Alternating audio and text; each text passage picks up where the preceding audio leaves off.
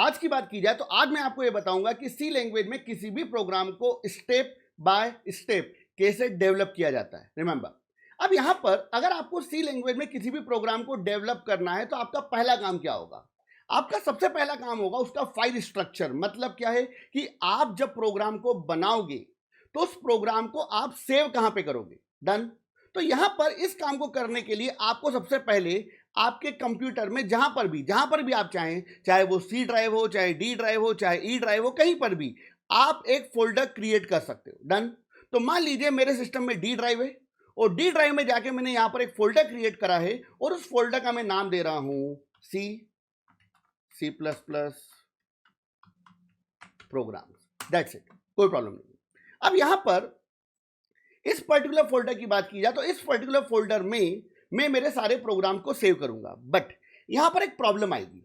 Problem यह है कि अभी की बात की जाए तो अभी हम सी प्लस प्रोग्रामिंग के इनिशियल फेज में हैं, तो अभी हम केवल बेसिक प्रोग्राम बना रहे हैं। मगर जब आप आगे बढ़ोगे तो आपके पास कई अलग अलग टॉपिक्स आएंगे। जैसे अभी की बात की जाए तो अभी हम काय पे वर्क कर रहे हैं? अभी हम वर्क कर रहे हैं बेसिक्स पे।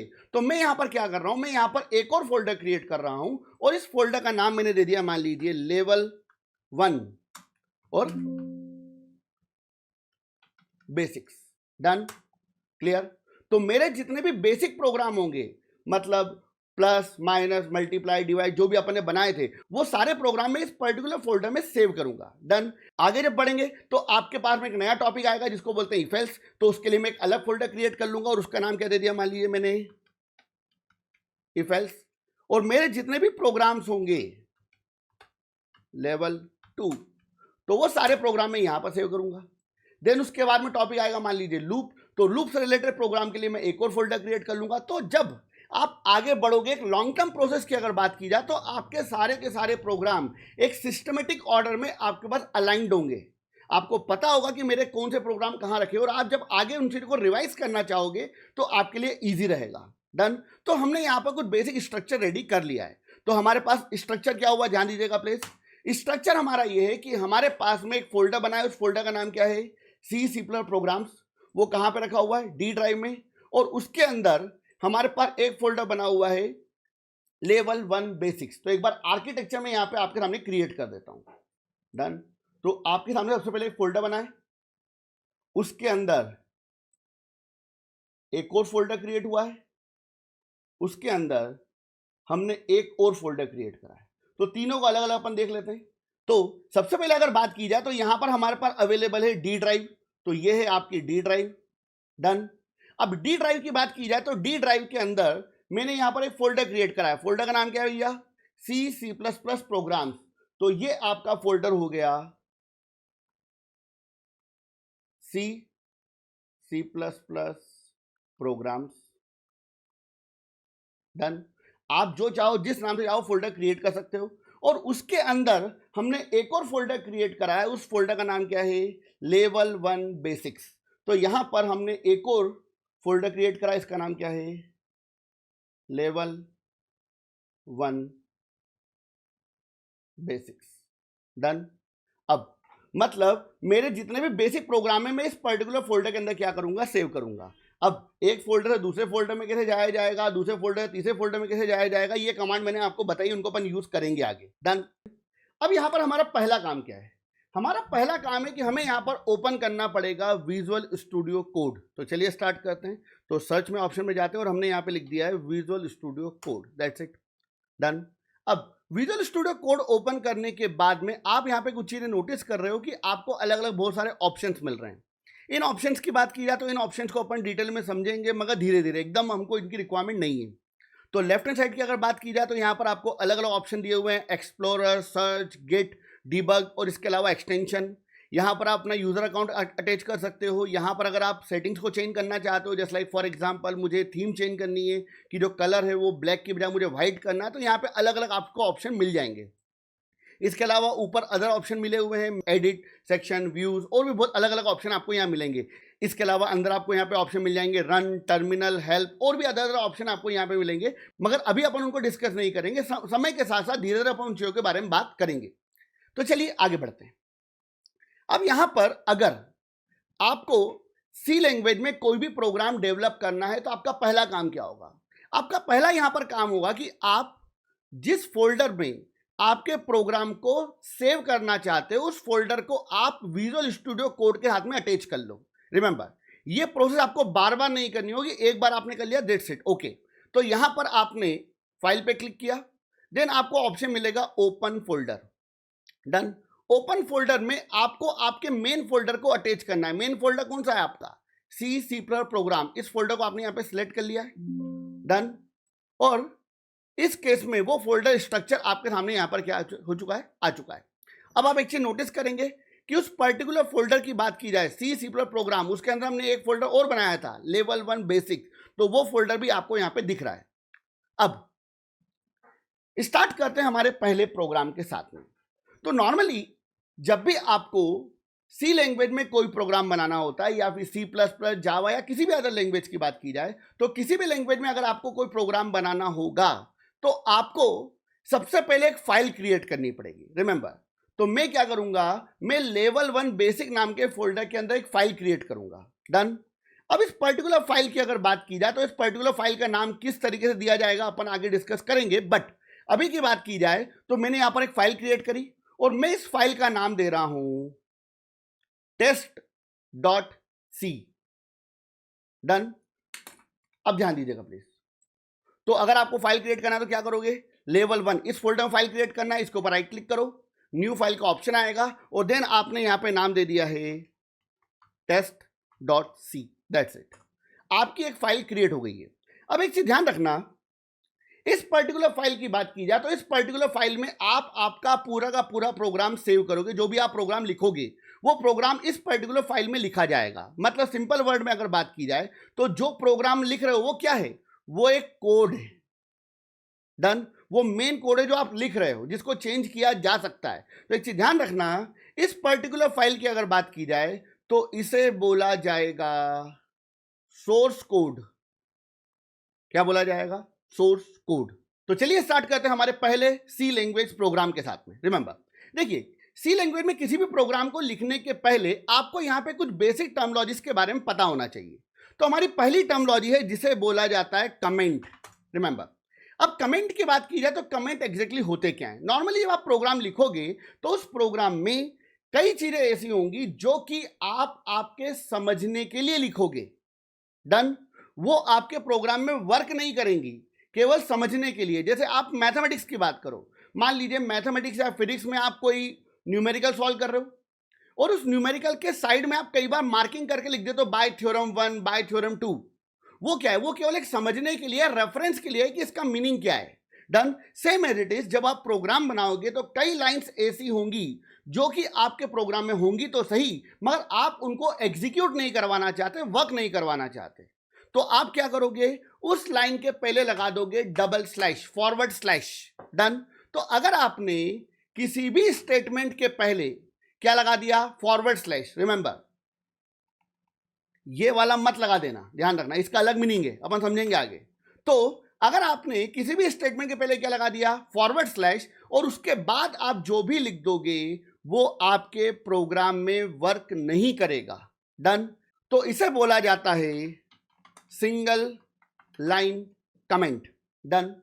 अब यहां पर सिंगल लाइन कमेंट की बात की जाए तो सिंगल लाइन कमेंट केवल उसी लाइन के कंटेंट को ब्लॉक करेगा जहां पर आपने डबल स्लैश लगाया है। रिमेंबर, तो जैसे मैंने लिखा है हेलो और उसके बाद मैंने डबल स्लैश लगाया, तो एक चीज ध्यान रखना प्लीज, हेलो वर्क करेगा, मगर हेलो के बाद आपने स्लैश लगाया उसके बाद जो लिखा हुआ वो वर्क नहीं करेगा। डन। तो ये चीज आपको ध्यान रखनी है।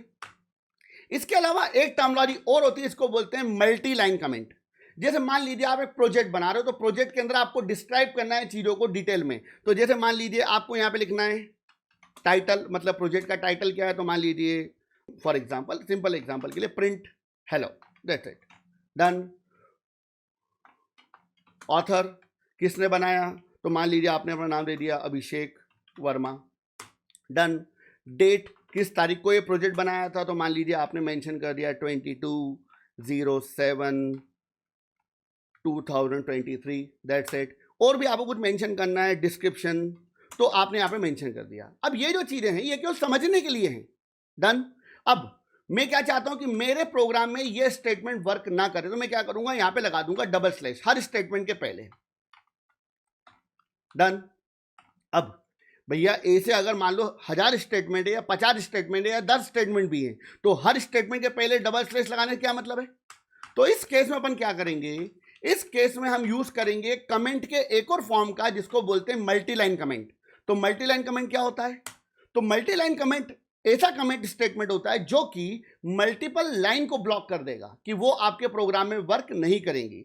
तो यहां पर मल्टी लाइन कमेंट लगाने के लिए पहले आप लिखोगे स्लैश फॉरवर्ड स्लैश, उसके बाद लगाओगे स्टार, और देन जहां पर आपका कंटेंट खत्म हो रहा है उस जगह पर आप लगा दोगे उल्टा स्टार और फॉरवर्ड स्लैश।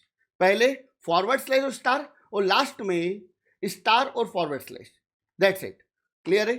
तो यहां पर क्या होगा कि आपने इस फॉरवर्ड स्लैश स्टार और स्टार फॉरवर्ड स्लैश के बीच में जो भी लिखा हुआ है वो सब कुछ कमेंट हो जाएगा, और इसे नॉर्मली बोला जाता है multi line comment. That's it. तो ये चीजें आपको पता होनी चाहिए, क्योंकि जब मैं प्रोग्राम बनाऊंगा आगे तो इन चीजों का यूज करूंगा। डन। इसके अलावा आपके सामने यहां पर एक स्क्रीन अवेलेबल है जहां पर मैं मेरा प्रोग्राम लिखूंगा। तो जैसे मुझे एक प्रोग्राम लिखना है तो मैंने यहां पे लिख दिया #include studio.h। डन। ये मैंने स्टेटमेंट लिखा है। तो ये एनवायरमेंट जहां पर मैं मेरे प्रोग्राम को लिख रहा हूं इसको नॉर्मली बोला जाएगा एडिटर। रिमेंबर, एडिटर मतलब क्या? जहां पर आप आपके प्रोग्राम को लिख रहे हो, मॉडिफाई कर रहे हो, वो क्या कहलाएगा? एडिटर कहलाएगा। बट जब इस प्रोग्राम को मैं रन करूंगा तो रन करने के लिए मैं एक एनवायरनमेंट का यूज करूंगा जिसे बोला जाएगा कंसोल। तो अगर मान लीजिए मैंने यहां पे कमांड प्रॉम्प्ट का यूज कर लिया, और कमांड प्रॉम्प्ट में क्या कर रहा हूं, किसी भी प्रोग्राम को मान लीजिए रन कर रहा हूं, तो कमांड प्रॉम्प्ट मेरे लिए क्या कहलाएगा? कमांड प्रॉम्प्ट को मैं बोलूंगा मेरी कंसोल स्क्रीन। रिमेंबर, तो जहां पर आप प्रोग्राम लिखोगे वो क्या कहलाएगा? आपका एडिटर, और जहां पर आप प्रोग्राम को रन करोगे नॉर्मली उसको बोला जाता है कंसोल स्क्रीन। डन। क्लियर है? तो दो टर्मिनोलॉजी है। आउटपुट प्रिंट कहां होगा, आउटपुट शो कहां होगा? कंसोल पर। और प्रोग्राम कहां लिखा जाएगा? एडिटर पर। तो मैं कई बार वर्ड यूज करूंगा एडिटर। डन। कई बार मैं वर्ड यूज करूंगा कंसोल। तो ये आपके माइंड में क्लियर होना चाहिए। That's it. तो चलिए स्टार्ट करते हैं हमारे पहले सी प्रोग्राम के साथ में। अब एक चीज ध्यान रखिएगा प्लीज, तो अगर आप सी लैंग्वेज की बात करो, C++ की बात करो या जावा लैंग्वेज की बात करो, इन सभी लैंग्वेजेस की अगर बात की जाए तो इन सभी लैंग्वेजेस में अगर आप कोई प्रोग्राम लिखते हो तो वहां पर हर प्रोग्राम का एक स्टार्टिंग पॉइंट होता है जहां से आपका प्रोग्राम वर्क करना स्टार्ट करता है। रिमेंबर, डन मतलब सिंपल वर्ड में बोल सकते हैं कि एक एग्जीक्यूशन पॉइंट होता है। अब यहां पे एक चीज ध्यान दीजिएगा प्लीज, जैसे मैं आपको एक सिंपल एग्जांपल पे लेके आता हूं। मान लो एक होटल है, उस होटल में मान लीजिए स्विमिंग पूल है, डाइनिंग एरिया है, इसके अलावा बहुत सारे रूम्स अवेलेबल है, बहुत सारी चीजें अवेलेबल है। मगर जब कोई व्यक्ति उस होटल में इंटर करेगा तो उसका पहला काम क्या होगा? वो जाएगा सबसे पहले रिसेप्शन पे, मतलब वो एक एंट्री पॉइंट है जहां से आपकी वर्किंग स्टार्ट होगी।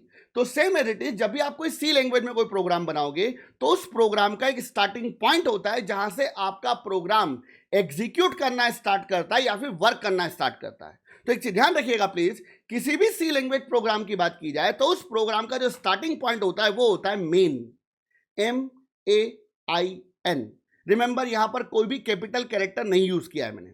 अब आपकी बात की जाए तो अगर आपने कॉलेजेस में कोई प्रोग्राम बनाया है तो आपने देखा होगा कि भैया मेन के पहले आपने कई बार वर्ड लिखा हुआ देखा होगा वॉइड, या फिर आपने मेन के पहले वर्ड लिखा हुआ देखा होगा इंट।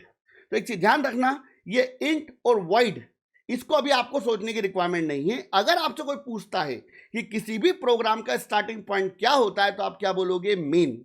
मेन के पहले जो इंट लिखा होता है, वॉइड लिखा होता है, इसको नॉर्मली बोला जाता है रिटर्न टाइप। इसको अपन डिस्कस करेंगे, वेट करिए प्लीज। तो यहां पर किसी भी प्रोग्राम का स्टार्टिंग पॉइंट कौन होता है बेटा? मेन। अब मेन की बात की जाए तो मेन के बाद मेरे को यहां पे लगाना पड़ेगा ब्रैकेट। अब एक चीज ध्यान दीजिएगा प्लीज, देखिए अभी हमारे प्रोग्रामिंग सेशन का पहला लेक्चर है और यहां पर मैं आपको हर चीज क्लियर करके नहीं बता पाऊंगा, क्योंकि एक चीज देखिए, यहां पर अगर मैं मैं यहां पर आपको हर चीज का डिस्क्रिप्शन दे सकता हूं इन डेप्थ, मगर प्रॉब्लम यहां पर यह है कि आपके माइंड में हर चीज नहीं बैठेगी, और अगर मैं बहुत सारी चीजें बताने की कोशिश करूंगा तो आप यहां पे कंफ्यूज हो सकते हो। तो दैट्स वाई कुछ चीजें ऐसी हैं जो कि आपको यहां पे रटना पड़ेगी, हाँ ऐसा होता है। तो समय के साथ साथ आपको उसका एक एग्जैक्ट रीजन मिलेगा कि वो चीज कैसे वर्क करती है। डन। तो आपको यहां पे सबसे पहले क्या लिखना है, मेन।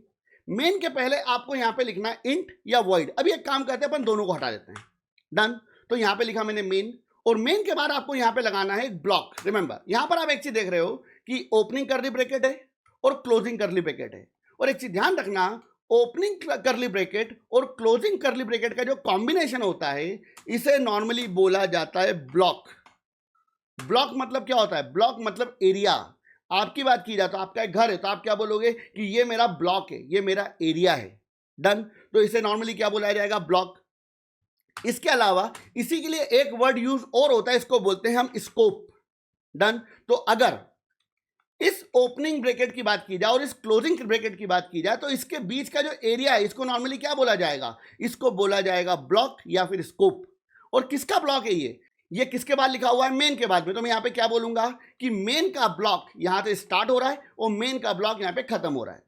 अब एक चीज ध्यान रखिएगा प्लीज, नॉर्मली स्टूडेंट्स की अगर बात की जाए तो स्टूडेंट्स एक गलती करते हैं। वो गलती क्या होती है कि वो हमेशा ओपनिंग ब्रैकेट लगा देते हैं और क्लोजिंग ब्रैकेट लगाना भूल जाते हैं। डन। और क्या बोलते हैं कि सर मैं बाद में लगा दूंगा जब मेरा कोड कंप्लीट हो जाएगा। रिमेंबर जब आप आगे बढ़ोगे तो आपके प्रोग्राम में बहुत सारे अलग अलग ब्लॉक बनेंगे। रिमेंबर जैसे अगर बात की जाए तो इफ का अपना ब्लॉक होता है। अगर मान लीजिए अपन एक टॉपिक पढ़ेंगे इसका नाम होता है फॉर लूप, तो लूप की बात की जाए तो उसका अपना एक ब्लॉक होता है। आप पढ़ोगे मान लीजिए एक टॉपिक इसका नाम होता है स्विच, तो स्विच का अपना एक ब्लॉक होता है। तो ऐसे जितने भी टॉपिक्स आपके आएंगे लगभग सभी में कोई ना कोई ब्लॉक होगा। तो जब आपका प्रोग्राम बड़ा होगा तो आप यहाँ पे कंफ्यूज हो जाओगे कि कौन सा ब्लॉक कहाँ से स्टार्ट हुआ और कौन सा ब्लॉक कहाँ पे खत्म हुआ है। तो बेटर प्रोग्रामिंग प्रैक्टिस आपकी ये है कि जब भी आप प्रोग्राम बनाना चालू करो और कोई ब्लॉक क्रिएट करो तो ब्लॉक का ओपनिंग और क्लोजिंग एक साथ लगाओ। डन। तो अब यहाँ पर आपको एक चीज का ध्यान रखना है कि जो भी आप कोड लिखोगे अभी वो सारे के सारे कोड हम कहाँ लिखेंगे, इस पर्टिकुलर ब्लॉक के अंदर, मेन के अंदर। अभी हमको मेन के ब्लॉक के बाहर कोई भी कोड नहीं लिखना है। रिमेंबर मैं ये नहीं बोल रहा हूं कि मेन के ब्लॉक के बाहर कोई कोड नहीं लिखा जा सकता। बहुत कुछ कंटेंट होगा जो मेन के बाहर लिखा ही जाएगा, मगर अभी की बात की जाए तो अभी आपको जो भी कोड लिखना है वो कहां लिखना है, मेन के ब्लॉक के अंदर। That's it. अब आगे बढ़ते हैं। अब यहां पर मैंने आपको क्या बताया, किसी भी प्रोग्राम की बात की जाए तो किसी भी प्रोग्राम का स्टार्टिंग पॉइंट क्या होता है, मेन। मेन के बाद आपने यहां पे क्या लगा दिया, ब्रैकेट। अब एक चीज ध्यान रखिए कि इनिशियली आप अभी एक काम करिए, यहां पर लगा दीजिए इंट। अब ये इंट का मतलब क्या होता है मैं आगे डिस्कस करूंगा। डन। अब एक चीज ध्यान दीजिएगा प्लीज। अब बात करता हूं यहां पर मैं कंसोल के बारे में। कंसोल मतलब क्या, आपकी आउटपुट स्क्रीन। डन। तो मान लीजिए ये आपकी आउटपुट स्क्रीन है। डन। अब इस आउटपुट स्क्रीन की अगर बात की जाए तो इसको नॉर्मली अपन क्या बोलेंगे, कंसोल स्क्रीन। डन। अब मेरे पॉइंट को यहां पे ध्यान से समझिएगा प्लीज। देखिए अगर मैं कंसोल स्क्रीन के बारे में बात करूं तो कंसोल स्क्रीन के बारे में मेरे पास बताने के लिए वैसे बहुत कुछ है, जिनको मैं जब स्टार पैटर्न वाले प्रोग्राम्स बताऊंगा तब मैं आपको डिटेल में क्लियर करूंगा कि कंसोल स्क्रीन कैसे बिहेव करती है। डन। बट इनिशियली अगर अभी की बात की जाए तो अभी आपको केवल यह मान के चलना है कि जो कंसोल स्क्रीन है is just like a black pepper. ये काले कलर का कागज है। आप सभी की बात की जाए तो आप सभी के सामने कोई ना कोई पेपर अवेलेबल होगा, तो पेपर के जैसे ही एक पेपर है। डन। आपके सामने व्हाइट पेपर अवेलेबल और ये एक ब्लैक पेपर है। That's it. अब नॉर्मली उस पेपर की बात करो, पेपर का यूज क्या होता है, आपके सामने कोई पेपर रखा हुआ उसका यूज क्या है, तो आप उस पेपर का क्या यूज करते हो, आपके माइंड में जो थॉट प्रोसेस चल रही है, जो भी चल रहा है उस चीज को अगर आप कहीं लिखना चाहते हो तो आप कहां पर लिखोगे, उस पेपर पर। सेम एज इट इज अगर मेरे किसी प्रोग्राम की बात की जाए तो मेरे प्रोग्राम में जो भी लॉजिक बनेगा उस लॉजिक का जो आउटपुट होगा वो मैं कहां पे लिखूंगा, वो आउटपुट लिखूंगा मैं यहां पर इस कंसोल स्क्रीन पर। डन। तो कंसोल स्क्रीन का यूज है उस आउटपुट को रिप्रेजेंट करने के लिए, शो करवाने के लिए। डन। इसको अपन आगे और डिस्कस करेंगे। अब यहां पे ध्यान दीजिएगा प्लीज। तो मैंने आपसे क्या बोला कि जो कंसोल स्क्रीन है, ये कंसोल स्क्रीन क्या है, is just like a black pepper. That's it. अब मेरा आप सभी से एक क्वेश्चन है, सिंपल सा क्वेश्चन। आप सभी की बात की जाए तो मान लीजिए कि आप सभी के सामने एक पेपर अवेलेबल है। It can be either white, it can be either black. Done. और मैंने आपसे कहा कि एक काम करो, आपके सामने जो पेपर रखा हुआ है उस पेपर पर लिखो हेलो। That's it. डन। मैं रियल लाइफ एग्जांपल की बात कर रहा हूं, प्रोग्रामिंग को भूल जाओ। तो मैंने आपसे क्या बोला कि आपके सामने एक पेपर रखा हुआ है और उस पेपर पे आपको लिखना है हेलो। क्या लिख सकते हो, यस और नो? बिल्कुल आप लिख सकते हो। अब एक चीज ध्यान दीजिएगा प्लीज, यहां पर मेरे आप सभी से 3 क्वेश्चन है। पहला क्वेश्चन, लिखना क्या है? हेलो। दूसरा क्वेश्चन, लिखना कहां है? पेपर पर, कागज पर। तीसरा क्वेश्चन, लिखने के लिए यूज किसका करोगे? तो आपने कहा सर पेन का। अब एक चीज ध्यान देना प्लीज, अगर मैं यहां पे पेन की बात करूं तो पेन क्या है? पेन की बात की जाए तो पेन एक टूल है, डन, जिसका काम क्या होता है? जिसका काम होता है लिखना, डन। अगर मान लीजिए आपके पास में एक स्केल रखी हुई, तो स्केल का काम क्या है? लाइन ड्रॉ करने के लिए आप स्केल का यूज करते हो, या मेजरमेंट करने के लिए आप स्केल का यूज करते हो। तो जैसे अगर हमारी रियल लाइफ की बात की जाए तो हमारी रियल लाइफ में अलग अलग काम करने के लिए क्या अवेलेबल है? अलग अलग टूल अवेलेबल हैं। जैसे अगर आपको लिखना है तो आप पेन का यूज करोगे, इरेज करना है तो आप इरेजर का यूज करोगे, अगर आपको मान लीजिए फॉर एग्जांपल लाइन ड्रॉ करना है तो आप स्केल का यूज करोगे, अगर आपको सर्कल ड्रॉ करना है तो आप किसका यूज करोगे? राउंडर का यूज करोगे, अगर मान लीजिए आपके नेल्स बढ़ गए तो आप किसका यूज करोगे? नेल कटर का। तो नेल कटर यहां पर क्या है? टूल है। और किसी भी टूल की बात की जाए तो हर टूल का अपना कोई ना कोई काम होता है, रिमेंबर, और हर टूल का अपना स्पेसिफिक काम होता है। लिखने का काम पेन करेगा, स्केल लिखने का काम नहीं करेगी, स्केल का काम मेजरमेंट करना है, डन। तो यहां पर जितने भी टूल हमारी रियल लाइफ में अवेलेबल हैं, हर टूल का क्या होता है? कोई ना कोई वर्क। तो जिस तरीके से हमारी रियल लाइफ में हजारों टूल अवेलेबल हैं और हर टूल का क्या होता है? कोई ना कोई काम होता है, उसी तरीके से अगर अपन सी लैंग्वेज की बात करें तो सी लैंग्वेज में हमारे पास पहले से बने हुए कई टूल्स हैं, रिमेंबर, डन। और इन टूल्स की बात की जाए तो इन टूल्स को नॉर्मली बोला जाता है functions, remember, function. Real life में मैंने क्या बोला? ये पेन है, ये पेन एक टूल है मेरे लिए, इसका काम क्या है? लिखना। बट अगर मैं प्रोग्रामिंग की बात करूं तो प्रोग्रामिंग में जो टूल हमको दिए गए उनको नॉर्मली क्या बोला जाता है? फंक्शंस। अब एक चीज ध्यान दीजिएगा प्लीज, अगर मैं यहां पे फंक्शंस की बात करूं तो ये फंक्शंस या टूल्स हमने नहीं बनाए हैं, ये पहले से बने हुए हैं। हमारा काम क्या है? हमारा काम है इन फंक्शंस को यूज करना, केवल और केवल यूज करना, पहले से बने हुए हैं और हम क्या करेंगे? इनको यूज करेंगे, डन।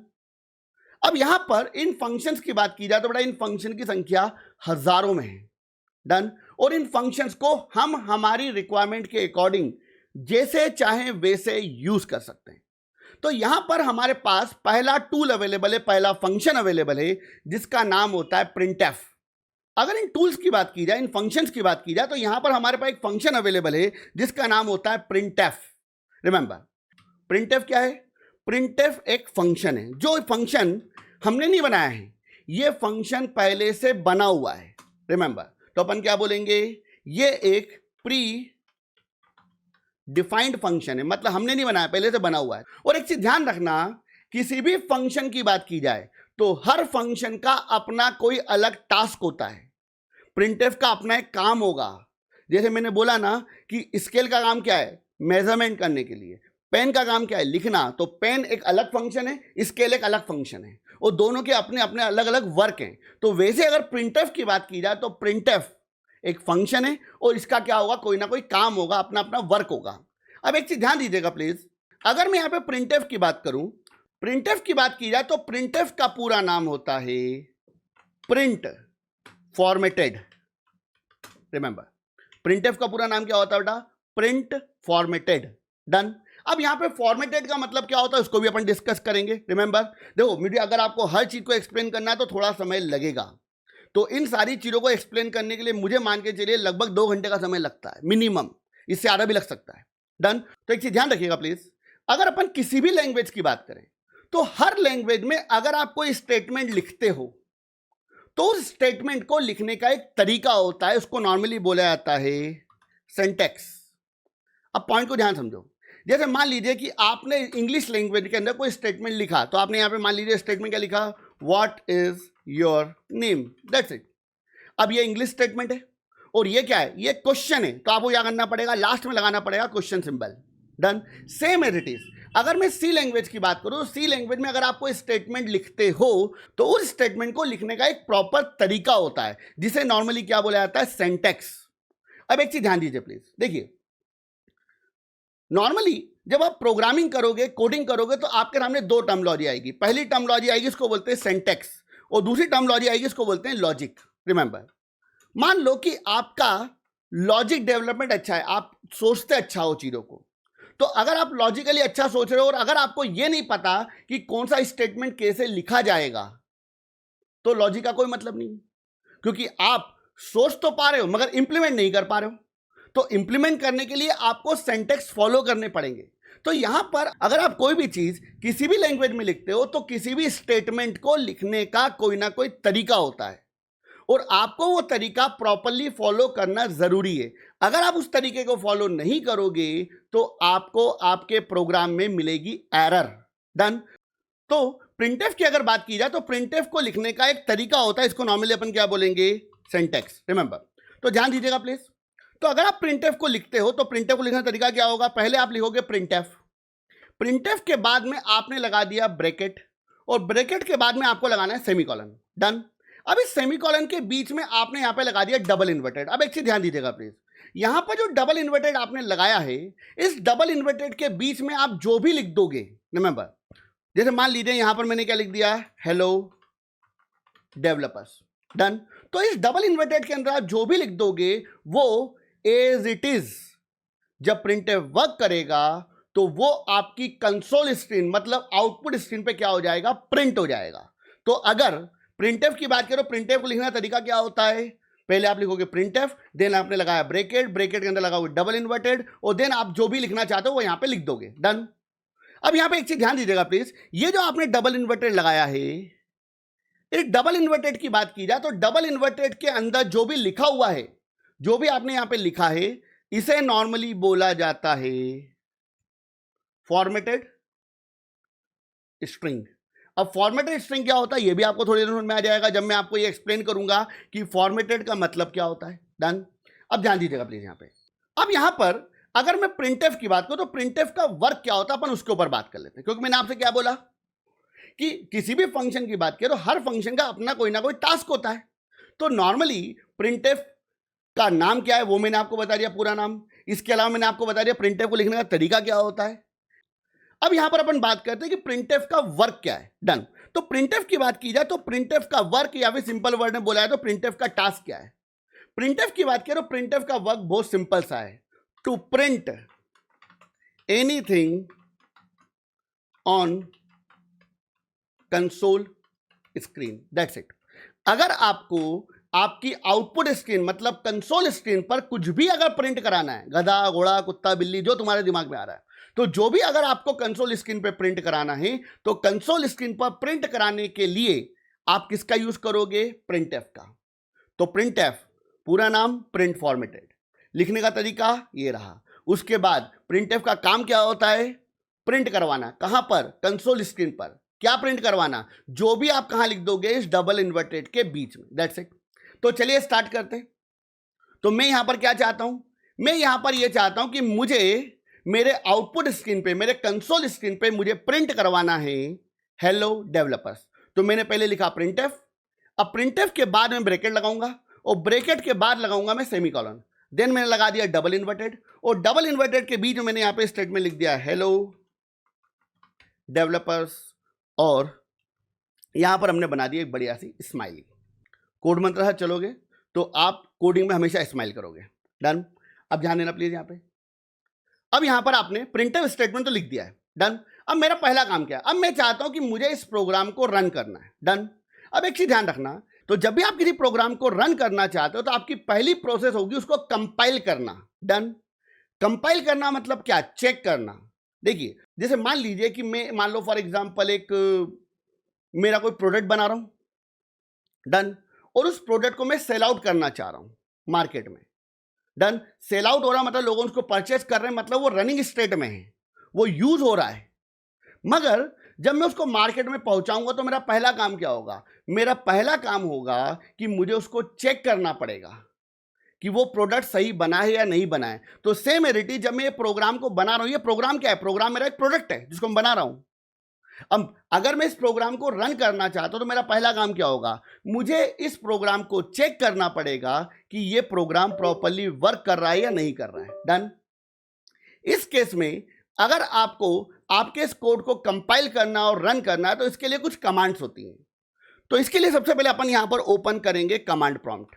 डन। तो मैंने यहां पे ओपन किया कमांड प्रॉम्प्ट, दैट्स इट। अब कमांड प्रॉम्प्ट की बात की जाए तो कमांड प्रॉम्प्ट पे अगर आप किसी कोड को कंपाइल और रन करना चाहते हो तो आपका पहला काम होगा कि आपको उस लोकेशन पे जाना पड़ेगा जहां पर आपका प्रोग्राम सेव्ड है। तो ये फाइल स्ट्रक्चर अपन ने बनाया था। तो मेरा प्रोग्राम कहां पे रखा हुआ है? डी ड्राइव में। डी ड्राइव में फोल्डर का नाम क्या है? C plus programs. उसके अंदर एक फोल्डर, उसका नाम क्या है? Level 1 basics. और उसके अंदर आपका कोड रखा हुआ है। तो मेरा सबसे पहला काम क्या है? मेरा सबसे पहला काम है कि मुझे इस पर्टिकुलर फोल्डर तक जाना पड़ेगा। डन। तो चलिए यहां पर सबसे पहले मेरा काम क्या है? मुझे डी ड्राइव पे जाना है। तो आपको मैंने बताया था कि एक ड्राइव से दूसरे ड्राइव पे जाने की कमांड क्या है? ड्राइव का नाम और देन कॉलन। आप डी ड्राइव पहुंच गए।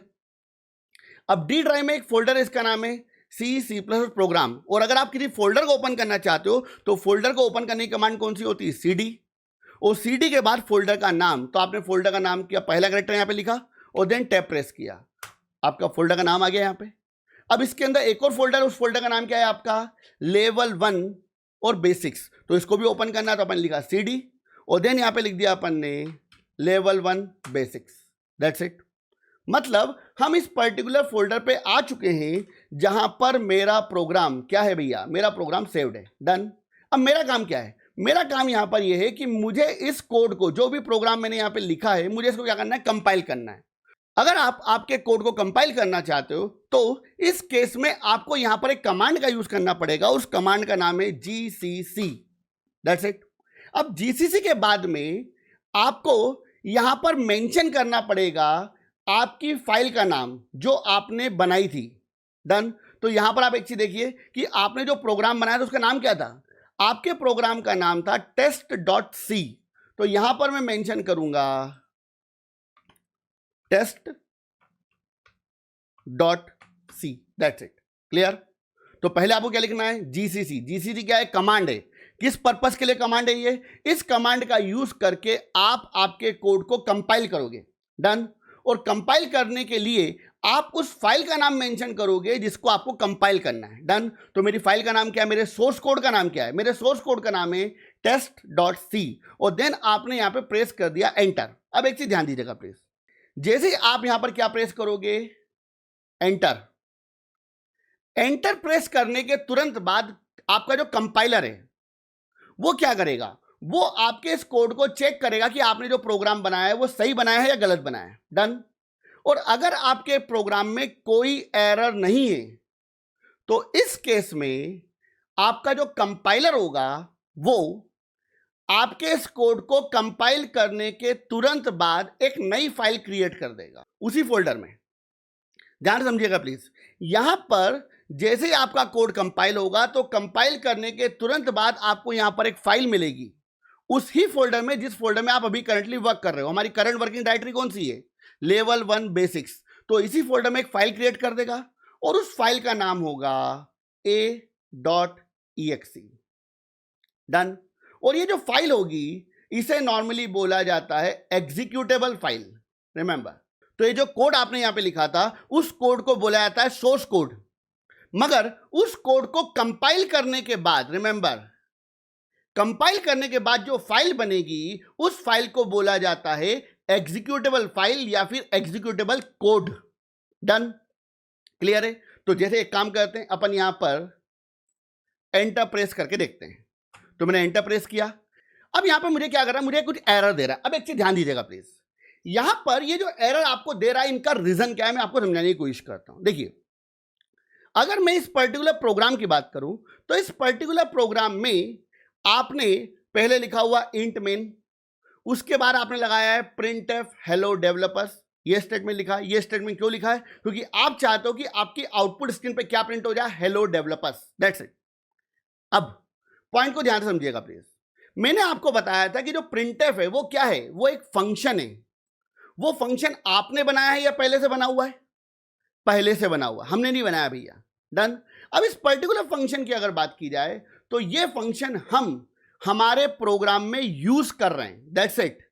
हम इसको डेवलप नहीं कर रहे हैं। हमारा काम क्या है? इन फंक्शन को यूज करना। बनाया तो किसी और ने था। डन। अब एक चीज ध्यान दीजिएगा प्लीज, जिन्होंने भी इन फंक्शंस को बनाया है या इन फंक्शंस को डेवलप किया है, उन्होंने इन फंक्शंस को कहीं ना कहीं जाके स्टोर करवाया है। डन। और जहां पर इन फंक्शन को स्टोर कराया गया है उन्हें नॉर्मली बोला जाता है हेडर फाइल्स। डन। तो अगर मैं प्रिंटफ की बात करूं तो प्रिंटफ फंक्शन को एक पर्टिकुलर लोकेशन पे स्टोर कराया गया है। रिमेंबर, जो मैं अभी आपको बता रहा हूं ये आधा सच है, इसके डेप्थ में जाऊंगा, एक अलग वीडियो इसके ऊपर बनाऊंगा कि कंपाइलेशन कैसे होता है, जो हेडर फाइल होती हैं वो कैसे वर्क करती हैं, उनके ऊपर बात करेंगे, मगर अभी अपन उसके ऊपर डिस्कस नहीं करेंगे। तो यहां पर अगर प्रिंटफ फंक्शन की अगर बात की जाए तो प्रिंटफ फंक्शन को कहीं पर स्टोर कराया गया है, और जहां पर इनको स्टोर कराया गया है उनको बोला जाता है हेडर फाइल्स। डन। अगर मैं मेरे प्रोग्राम में प्रिंटफ को यूज करना चाहता हूं तो मुझे मेरे प्रोग्राम में प्रिंटफ की हेडर फाइल को यूज करना पड़ेगा जहां पर प्रिंटफ स्टोर्ड है। तो एक चीज ध्यान दीजिएगा प्लीज, प्रिंटफ की अगर बात की जाए तो प्रिंटफ की एक हेडर फाइल है। तो प्रिंटफ की हेडर फाइल का नाम क्या होता है? उसकी हेडर फाइल का नाम होता है studio.h। रिमेंबर, अब studio.h की बात की जाए तो studio.h का फुल फॉर्म क्या होता है? studio.h का फुल फॉर्म होता है standard input output. That's it. Done. अब ध्यान दीजिएगा प्लीज, तो अगर मैं चाहता हूं कि मेरे प्रोग्राम में प्रिंटफ प्रॉपर्ली वर्क करे तो मुझे यहां पर प्रिंटफ की हेडर फाइल को लगाना पड़ेगा। डन। और प्रिंटफ की हेडर फाइल का नाम होता है studio.h। तो मैं यहां पर एक स्टेटमेंट लिखूंगा हैश इंक्लूड। पहले आपको लिखना जरूरी है हैश इंक्लूड। अब हैश का मतलब क्या होता है, इंक्लूड का मतलब क्या होता है, यह भी डिस्कस करेंगे अपन। डन। और देन आपको यहां पे लगाना है ओपनिंग और क्लोजिंग ब्रैकेट का कॉम्बिनेशन, एरो ब्रैकेट, और देन आप इसके बीच में लिखोगे आपकी हेडर फाइल का नाम जिसको आप यूज करना चाहते हो। तो मेरी हेडर फाइल का नाम क्या है? studio.h। That's it. डन। तो मैंने यहां पर studio.h को क्यों लगाया है? क्योंकि मैं मेरे प्रोग्राम में किसका यूज कर रहा हूं? प्रिंटफ का। और प्रिंटफ को अगर मुझे यूज करना है तो मुझे प्रिंटफ की हेडर फाइल का यूज करना पड़ेगा, अदरवाइज प्रिंटफ वर्क नहीं करेगा। डन। तो अब एक काम करते हैं, अब इस कोड को हम यहां पर कंपाइल और रन करके एक बार देखते हैं। तो चलिए अब हम इस कोड को कंपाइल और रन करते हैं। डन। अगर कोड का वो कंपाइल करना है तो आप कमांड का यूज करोगे GCC और उस फाइल का नाम यहां पे मेंशन करोगे जिस फाइल को आपको कंपाइल करना है। तो आपने यहां पे क्या लिखा? test.c। डन। अब एक चीज ध्यान दीजिएगा प्लीज, अभी मैंने आपसे थोड़ी देर पहले बोला था कि अगर हम यहां पर सी लैंग्वेज के अंदर कोई भी प्रोग्राम लिखते हैं, मतलब कोई भी कोड लिखते हैं, तो उस कोड को कंपाइल करने के बाद में आपको यहां पे एक फाइल मिलती है और फाइल का नाम क्या होगा? a.exe। डन। अब मैं ये चाहता हूं कि मुझे चेक करना है कि भैया ये फाइल बन रही है या नहीं बन रही है। तो इसके लिए अपन एक काम करते हैं, पहले अपन इस कंपाइल कमांड को चलाने के पहले हम यहां पे एक कमांड चलाते हैं, इसका नाम है dir।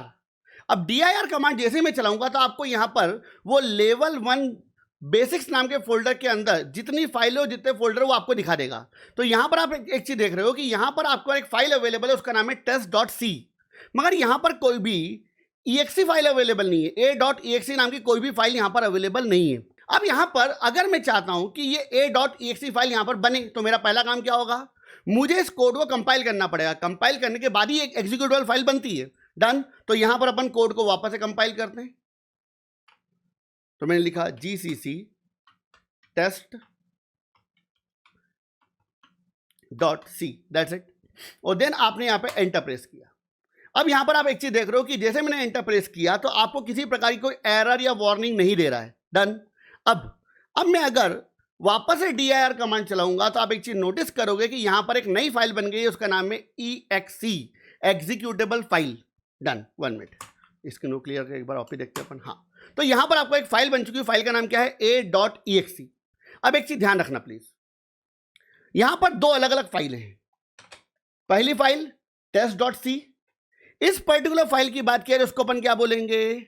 Source code. डन। और कंपाइल किसको किया जाता है? कंपाइल किया जाता है सोर्स कोड को। रिमेंबर। डन। मगर जब इस कोड को कंपाइल किया तो कंपाइल करने के बाद कौन सी फाइल बनी भैया? a.exe। और ये जो फाइल है, इस फाइल को अपन क्या बोलेंगे? Executable file. और एक चीज ध्यान रखना, जब आप प्रोग्राम को रन करोगे तो रन करने के लिए आप इस एग्जीक्यूटेबल फाइल का यूज करोगे। रिमेंबर, तो रन करने के लिए एग्जीक्यूटेबल फाइल, कंपाइल करने के लिए सोर्स कोड। डन। तो एक काम करते हैं, अब यहां पर अपन क्या करते हैं, एग्जीक्यूटेबल फाइल को रन करते हैं। तो एग्जीक्यूटेबल फाइल का नाम क्या है आपका, a.exe। तो मैंने यहां पे डायरेक्ट लिख दिया है a.exe। अब कई लोग बोलेंगे सर CD वीडी कुछ लगेगा कि नहीं लगेगा। यहां पे एक चीज ध्यान रखो बेटा, मैंने फिर बताया था कि फाइल को अगर आपको ओपन करना है तो आपको डायरेक्टली फाइल का नाम लिखना होता है। तो अपन यहां पे क्या लिखा, a.exe, दैट्स इट। और जैसे मैंने एंटर प्रेस किया, आपको यहां पर आउटपुट क्या मिला, हेलो डेवलपर्स, डन। तो ये आपका पहला प्रोग्राम था जिसे हमने विजुअल स्टूडियो कोड और कमांड प्रॉम्प्ट की सहायता से रन किया है। अब फिर यहां पर अपन छोटी सी एक प्रॉब्लम को देख लेते हैं। रिमेंबर, यहां पे क्या हुआ कि आपने कोड को लिखने के लिए किसका यूज करा, विजुअल स्टूडियो कोड का। तो ये अपने VS कोड में बढ़िया सा एक कोड लिखा। अब प्रॉब्लम यहां पर यह है कि जो कोड आपने लिखा, इस कोड को रन करने के लिए तुम गए कहां पर, तुमने यहां पे कमांड प्रॉम्प्ट ओपन किया और कमांड प्रॉम्प्ट पे जाकर आपने क्या करा, आपके कोड को रन किया, डन। अब एक चीज ध्यान रखिएगा प्लीज, अगर आप विजुअल स्टूडियो कोड पे वर्क कर रहे हो तो आपको कमांड प्रॉम्प्ट को ओपन करने की कोई रिक्वायरमेंट नहीं है। विजुअल स्टूडियो कोड के अंदर by default command prompt available होता है, और जिसे बोला जाता है टर्मिनल। तो अगर आपको टर्मिनल ओपन करना है तो आपके पास यहां पर ऊपर ऑप्शन मिल जाएगा, सीधे आपको यहां पे मिला ऑप्शन टर्मिनल, और आपने यहां पे क्लिक करा न्यू टर्मिनल। तो जैसे आप न्यू टर्मिनल पे क्लिक करोगे तो आपको नीचे यहीं पर एक कमांड प्रॉम्प्ट मिल जाएगा। बट एक चीज ध्यान रखना, जब भी आप प्रोग्राम को रन करो, जल्दबाजी मत काम करो। थोड़ा सा शुरुआत में अगर समय दोगे तो आगे आपकी स्पीड फास्ट होगी, अदरवाइज आप छोटी छोटी प्रॉब्लम में उलझे रह जाओगे। तो जब भी आप प्रोग्राम को रन करो, पहले देखो कि भैया अभी मेरी करंट वर्किंग डायरेक्टरी कौन सी दिखा रहा है, डी ड्राइव में C++ प्रोग्राम्स, मगर मेरा प्रोग्राम सेव कहां पर है, मेरा प्रोग्राम सेव है लेवल 1 बेसिक्स के अंदर। तो पहले क्या करो, लेवल 1 बेसिक्स में जाओ। तो अपने को जाना है, क्या करेंगे अपन, CD, और देन मैंने लिख दिया लेवल 1 बेसिक्स, तो मेरा फोल्डर ओपन हो गया। अब फिर अगर आपको कोड को कंपाइल करना है और रन करना है तो वहां जाने की जरूरत क्या है, यहीं से कर लो। तो आपने लिखा यहां पे GCC, फाइल का नाम क्या है, test.c, कोड कंपाइल्ड, और देन आपको कोड को रन करना है तो a.exe, कोड रन हो गया आपका यहां पर सीधे, डन। तो सारे वर्क आप इसी एनवायरनमेंट में कर पाओगे। That's why it's called integrated development environment, done. Last lecture की बात की जाए तो लास्ट लेक्चर मैंने आपको बताया था कि C लैंग्वेज में किसी भी प्रोग्राम को कैसे कंपाइल किया जाएगा, कैसे रन किया जाएगा, किसी भी प्रोग्राम का स्टार्टिंग पॉइंट क्या होता है, ब्लॉक क्या होता है, स्कोप क्या होता है, इनके बारे में हमने बेसिक आइडिया लिया था लास्ट लेक्चर में, डन। अगर आपको वो सारी चीजें समझ में आ गई हैं तो प्लीज देखिए, चीजों को समझ में आना और चीजों के ऊपर कॉन्फिडेंस होना, दोनों में डिफरेंस होता है। तो आपको अगर वो चीजें समझ में आ गई तो प्लीज इस वीडियो को आप अगर 2 घंटे बाद भी देख लोगे, इट्स ओके, कोई प्रॉब्लम नहीं है। पहले आप वही प्रोग्राम जो आपने बनाया, हेलो डेवलपर प्रिंट कराना, यही प्रोग्राम को आप अलग अलग लोकेशन पर बनाने की कोशिश करो। कभी डी ड्राइव में कभी फोल्डर बना दिया, उसके अंदर एक और सब फोल्डर बना दिया। तो आपको एक कॉन्फिडेंस होना चाहिए कि मेरे सिस्टम में मेरा प्रोग्राम कहीं पे भी रखा हो, मैं कंपाइल और रन कर लूंगा, डन। वो कॉन्फिडेंस जब आएगा तो आपको आगे पुरानी चीजों के बारे में सोचने की रिक्वायरमेंट नहीं पड़ेगी, डन। तो चलिए आगे बढ़ते हैं। अब यहां पर इस पर्टिकुलर लेक्चर की बात की जाए तो इस लेक्चर की शुरुआत करेंगे हम एक स्टेटमेंट के साथ में जिसे बोला जाता है printf, डन। अब देखिए, printf की अगर बात की जाए तो printf में f का मतलब क्या होता है। लास्ट लेक्चर मैंने आपको क्या बोला था कि printf में f का मतलब होता है फॉर्मेटेड, रिमेंबर, डन। अब फॉर्मेटेड की अगर बात की जाए तो फॉर्मेटेड में फॉर्मेट का मतलब क्या होता है, फॉर्मेट, रिमेंबर। अब फॉर्मेट की अगर बात की जाए तो कई लोग क्या बोलेंगे, सर मैंने मेरे सिस्टम की हार्ड डिस्क को फॉर्मेट कर दिया, उसको फॉर्मेट करना बोलते हैं, मतलब मेरे सिस्टम में पूरा डेटा साफ करना, उसको फॉर्मेट बोलते हैं, रिमेंबर, बोलते हैं, बिल्कुल बोलते हैं। मगर मैं यहां पर जो फॉर्मेट की बात कर रहा हूं वो फॉर्मेट नहीं है जो आप सोच रहे हो। मैं यहां पे बात कर रहा हूं लेआउट की, जिसको नॉर्मली हिंदी में बोला जाता है प्रारूप। देखिए, मेरे पॉइंट को समझने की कोशिश करिएगा प्लीज। तो मान लो मैं एक सिंपल एग्जांपल पे आता हूं, एग्जांपल नंबर 1, डन। आपने क्या करा, आपने किसी कॉलेज में जाके एक फॉर्म फिल किया। अब किसी फॉर्म की अगर बात करें तो फॉर्म कैसा होता है, आपको कुछ ऐसा लिखा हुआ मिलेगा, नेम एंड देन खाली जगह, देन लिखा हुआ मिलेगा आपको address, then space, then email, then आपको ऑप्शन मिलेगा कुछ इस तरीके से, डन। देन मान लीजिए मोबाइल नंबर। यहां पर ये जो मैंने बड़ा फॉर्म की बात करी, ऐसा कोई फॉर्म आपको मिलेगा किसी भी कॉलेज या किसी कोचिंग पे जाओगे तो आपको ऐसा फॉर्म मिलेगा। ये फॉर्म क्या है, ये फॉर्म एक फॉर्मेट है, डन। इस फॉर्मेट की अगर बात करें तो ये फॉर्मेट आपके लिए नहीं बना हुआ है, ना ही मेरे लिए बना हुआ है, ये सबके लिए बना हुआ है। जो भी उस कोचिंग पे एडमिशन लेना चाहता है उसके लिए फॉर्मेट बना हुआ है। अब इस फॉर्मेट की अगर बात की जाए तो इस फॉर्मेट में आप एक चीज नोटिस कर रहे हो कि यहां पर आपको खाली जगह दी हुई है। ये ब्लैंक स्पेस की अगर बात की जाए तो इस ब्लैंक स्पेस में आप अपनी इंफॉर्मेशन को फिल कर सकते हो। जैसे मान लीजिए मैं गया उस कोचिंग पे, बोला कि सर मुझे कोचिंग ज्वाइन करनी है, तो उन्होंने क्या करा, मुझे एक फॉर्म दे दिया, तो ये फॉर्म मुझे क्या करना है, फिल करना है।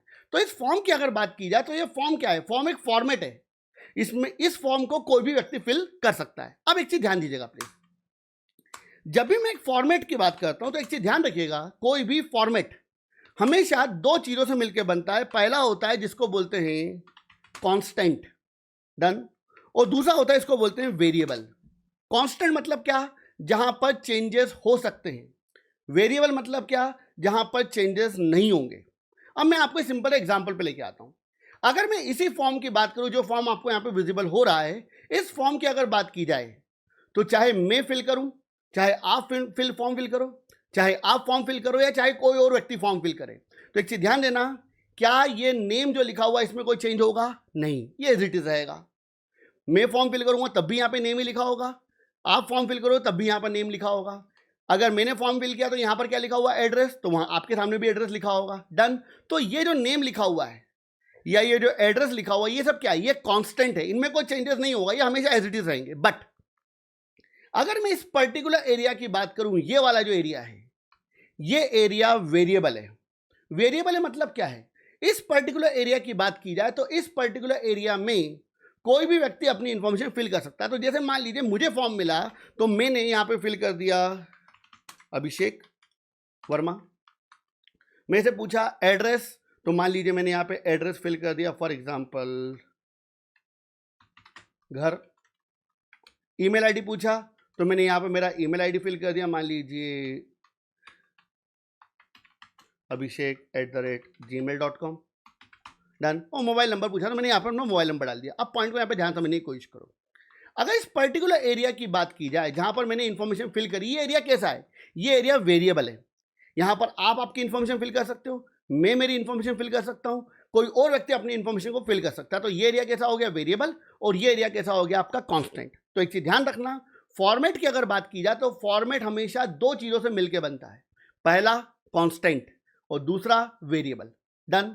अब यहां पर ये सब क्या है, आपके कांस्टेंट है, और इधर वाला एरिया क्या है, आपका वेरिएबल। अब आगे बढ़ते हैं, एक और एग्जांपल पे आते हैं।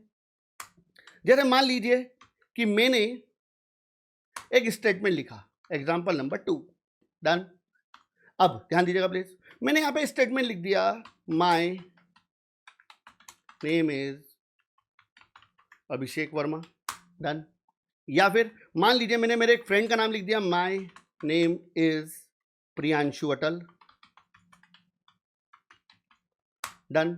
या फिर मान लीजिए मेरे स्टाफ में एक मैम काम करते हैं, उनका नाम लिख दिया मैंने, माय नेम इज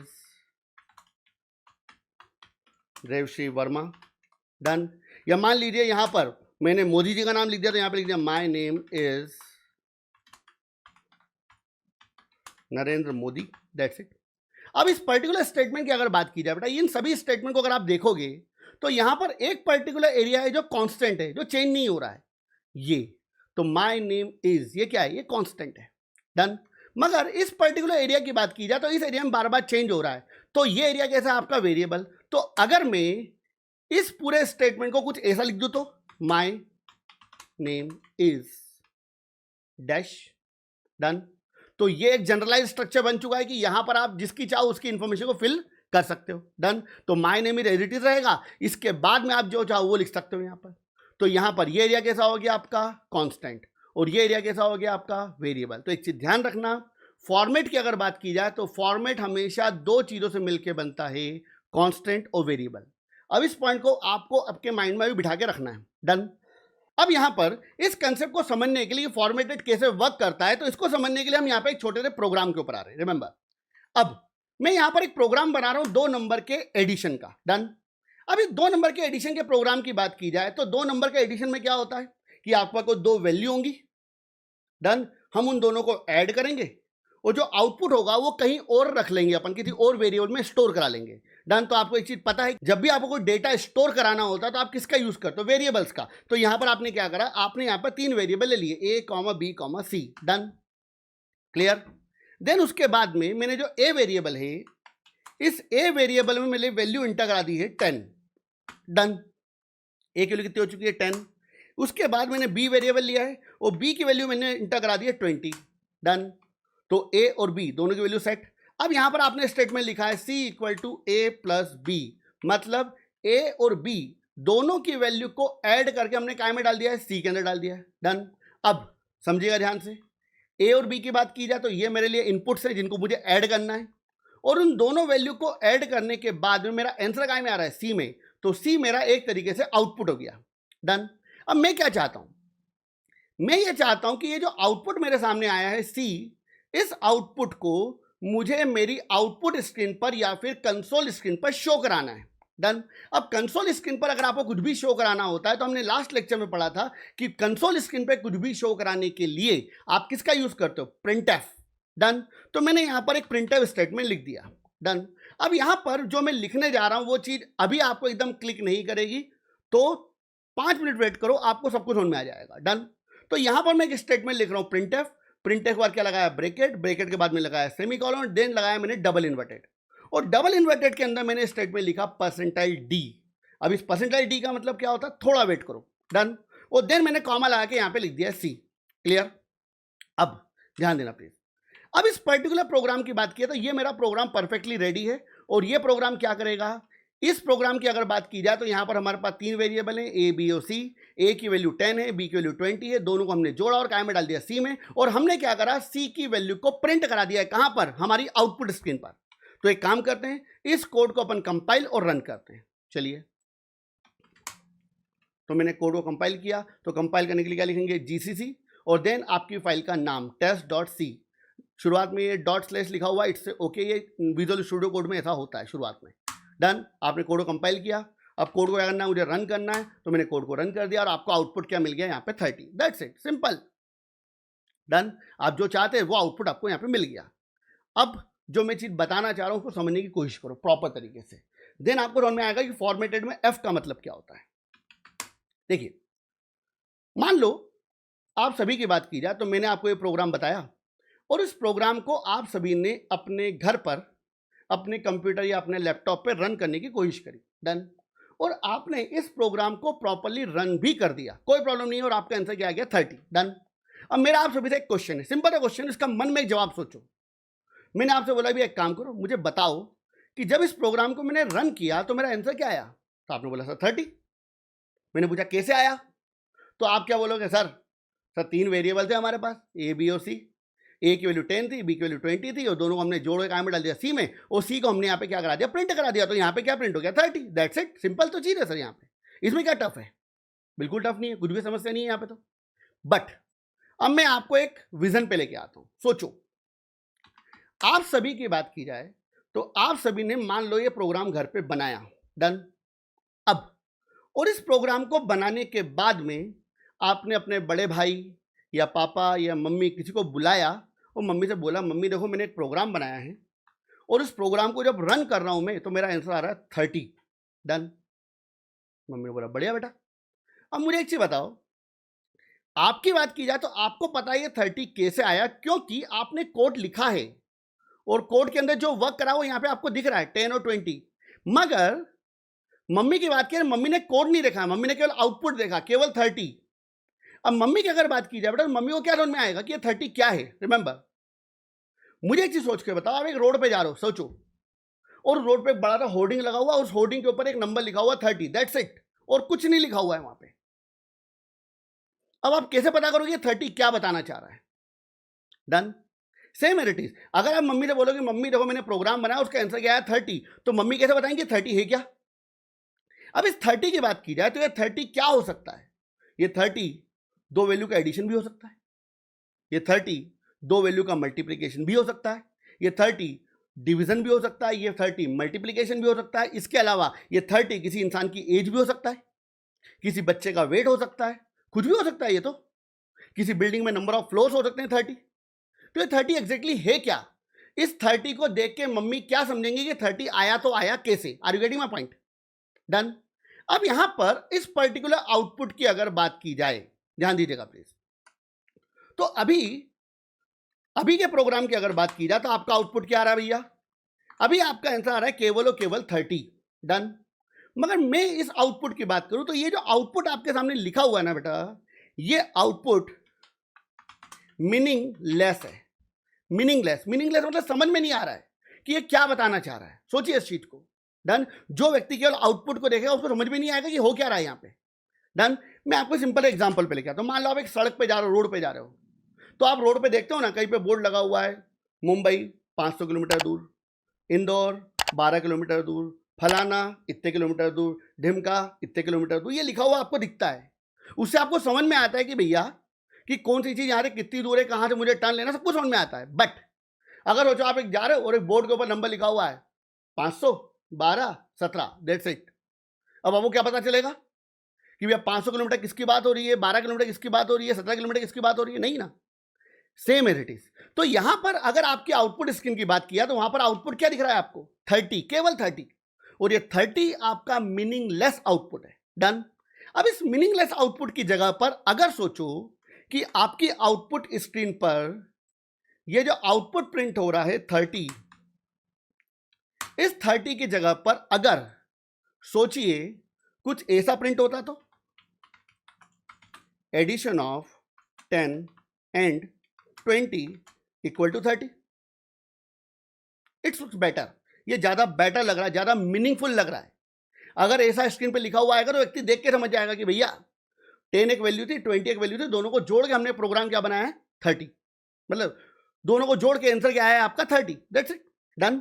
अब ध्यान देना प्लीज, अगर मैं इस नीचे वाले आउटपुट की बात की जाए तो ये भी एक आउटपुट है, ऊपर वाले आउटपुट की बात की जाए तो ये भी एक आउटपुट है, मगर नीचे वाला जो आउटपुट है वो आपका मीनिंगफुल आउटपुट है। मतलब उसको देख के समझ में आ रहा है कि भैया क्या रिप्रेजेंट करना चाह रहे हो।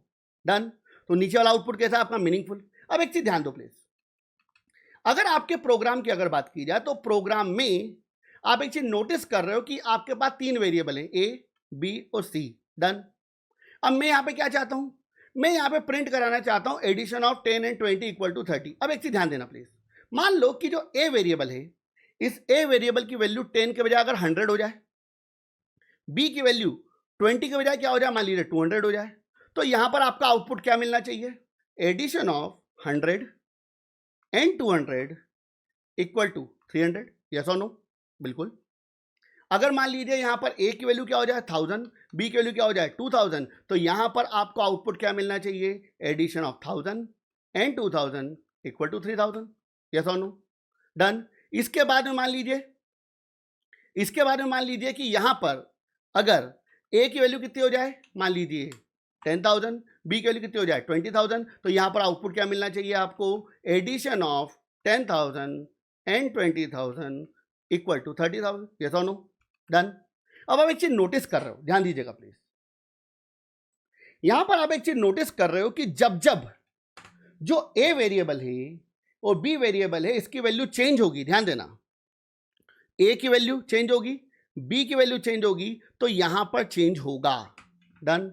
यहां पर चेंज होगा, यहां पर चेंज होगा और यहां पर चेंज होगा। अब इस पर्टिकुलर स्टेटमेंट को अगर आप देखोगे तो यहां पर कुछ इंपॉर्टेंट पॉइंट है। अगर मैं यहां पे बात करता हूं एडिशन ऑफ, जो लिखा हुआ है, या फिर जो लिखा हुआ एंड, या फिर यहां पर लिखा हुआ असाइनमेंट, इन तीनों की अगर बात की जाए तो मुझे एक चीज सोच के बताओ, क्या अगर मैं ए की वैल्यू को चेंज करूं, बी की वैल्यू को चेंज करूं या सी की वैल्यू को चेंज करूं, तो यहां पर कोई चेंजेस हो रहे हैं क्या आपके पास में? नहीं, बिल्कुल चेंजेस नहीं हो रहे हैं। डन। तो ये वाला जो एरिया है वो कैसा एरिया है? इसको नॉर्मली बोला जाएगा कांस्टेंट। रिमेंबर, यहां चेंजेस नहीं हो रहे हैं। बट अगर मैं यहां की बात करूं, यहां पे पहले 10 था, अब 10,000 हो गया है, यहां पे 20 था, यहां पे 20,000 हो गया, यहां पे 30 था, यहां पे 30,000 आ गया। मतलब ये वाला जो एरिया है वो एरिया कैसा है आपका? कांस्टेंट है, वेरिएबल। मतलब इस पर्टिकुलर पूरे के पूरे स्टेटमेंट की बात की जाए तो इस पूरे स्टेटमेंट में कुछ एरिया आपका कांस्टेंट है और कुछ एरिया आपका कैसा है? वेरिएबल है।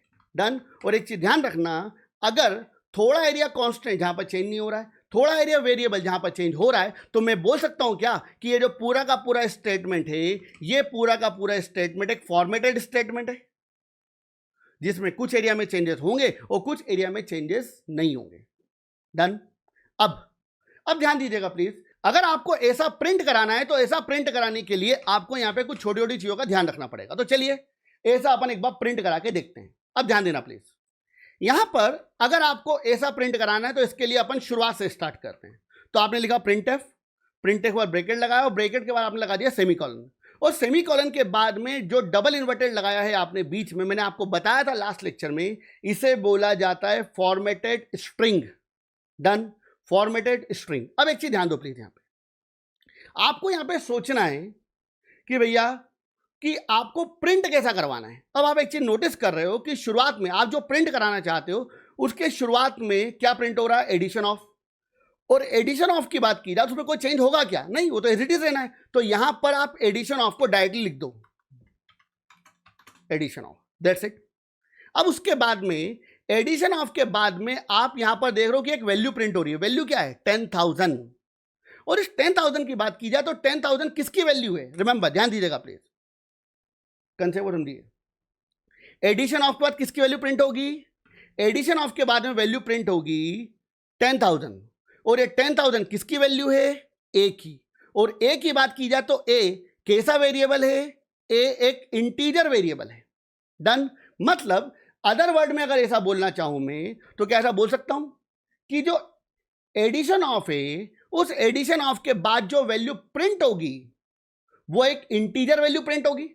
मुझे नहीं पता किसकी वैल्यू प्रिंट होगी, ए की, बी की या सी की, मगर मुझे यह पता है कि यहां पर कैसी वैल्यू प्रिंट होगी, इंटीजर वैल्यू। डन। तो एक चीज ध्यान रखना कि अगर मैं यहां पर चाहता हूं कि एडिशन ऑफ के बाद में कोई इंटीजर वैल्यू प्रिंट हो तो मुझे यहां पर लगाना पड़ेगा परसेंटाइल डी। अब एक चीज ध्यान देना प्लीज, इस परसेंटाइल डी पे भी आए थे। नॉर्मली जब आप प्रोग्राम बनाओगे तो वहां पर आप कई बार इस तरीके से चीजों को लिखोगे, percentile D, percentile F, percentile C, percentile X, percentile O, percentile I, percentile P. Done. तो इनकी अगर बात की जाए तो ये जो आप लिखोगे इनको नॉर्मली बोला जाता है फॉर्मेट स्पेसिफायर। मतलब अब पॉइंट को यहां पे समझने की कोशिश करो। आपने यहां पे पहले क्या लिखा, एडिशन ऑफ, और एडिशन ऑफ के बाद में आपने यहां पे परसेंटाइल डी लगाया। इसका मतलब क्या है, इसका मतलब यह है कि आप यहां पर यह बताना चाह रहे हो कि जहां पर मैंने परसेंटाइल डी लिखा हुआ है ये एक वेरिएबल लोकेशन है। मतलब यहां पर किसी वेरिएबल की वैल्यू प्रिंट होगी, वो वेरिएबल ए भी हो सकता है, वो वेरिएबल बी भी होता है, वो वेरिएबल सी भी हो सकता है, मुझे उससे मतलब नहीं है। मगर इस परसेंटाइल डी की बात की जाए तो एक वेरिएबल लोकेशन है और यहां पर किसी वेरिएबल की वैल्यू प्रिंट होगी, मगर मैंने यहां पर क्या लगाया, परसेंटाइल डी। तो इस केस में यहां पर केवल और केवल इंटीजर वेरिएबल की वैल्यू प्रिंट होगी। डन। अब ध्यान देना प्लीज, इसके बाद में यहां पर क्या प्रिंट होना है, एंड, क्योंकि देख रहे हो आप यहां पे ये एंड आ जाएगा। उसके बाद कौन सी वैल्यू प्रिंट हो रही है, 20,000।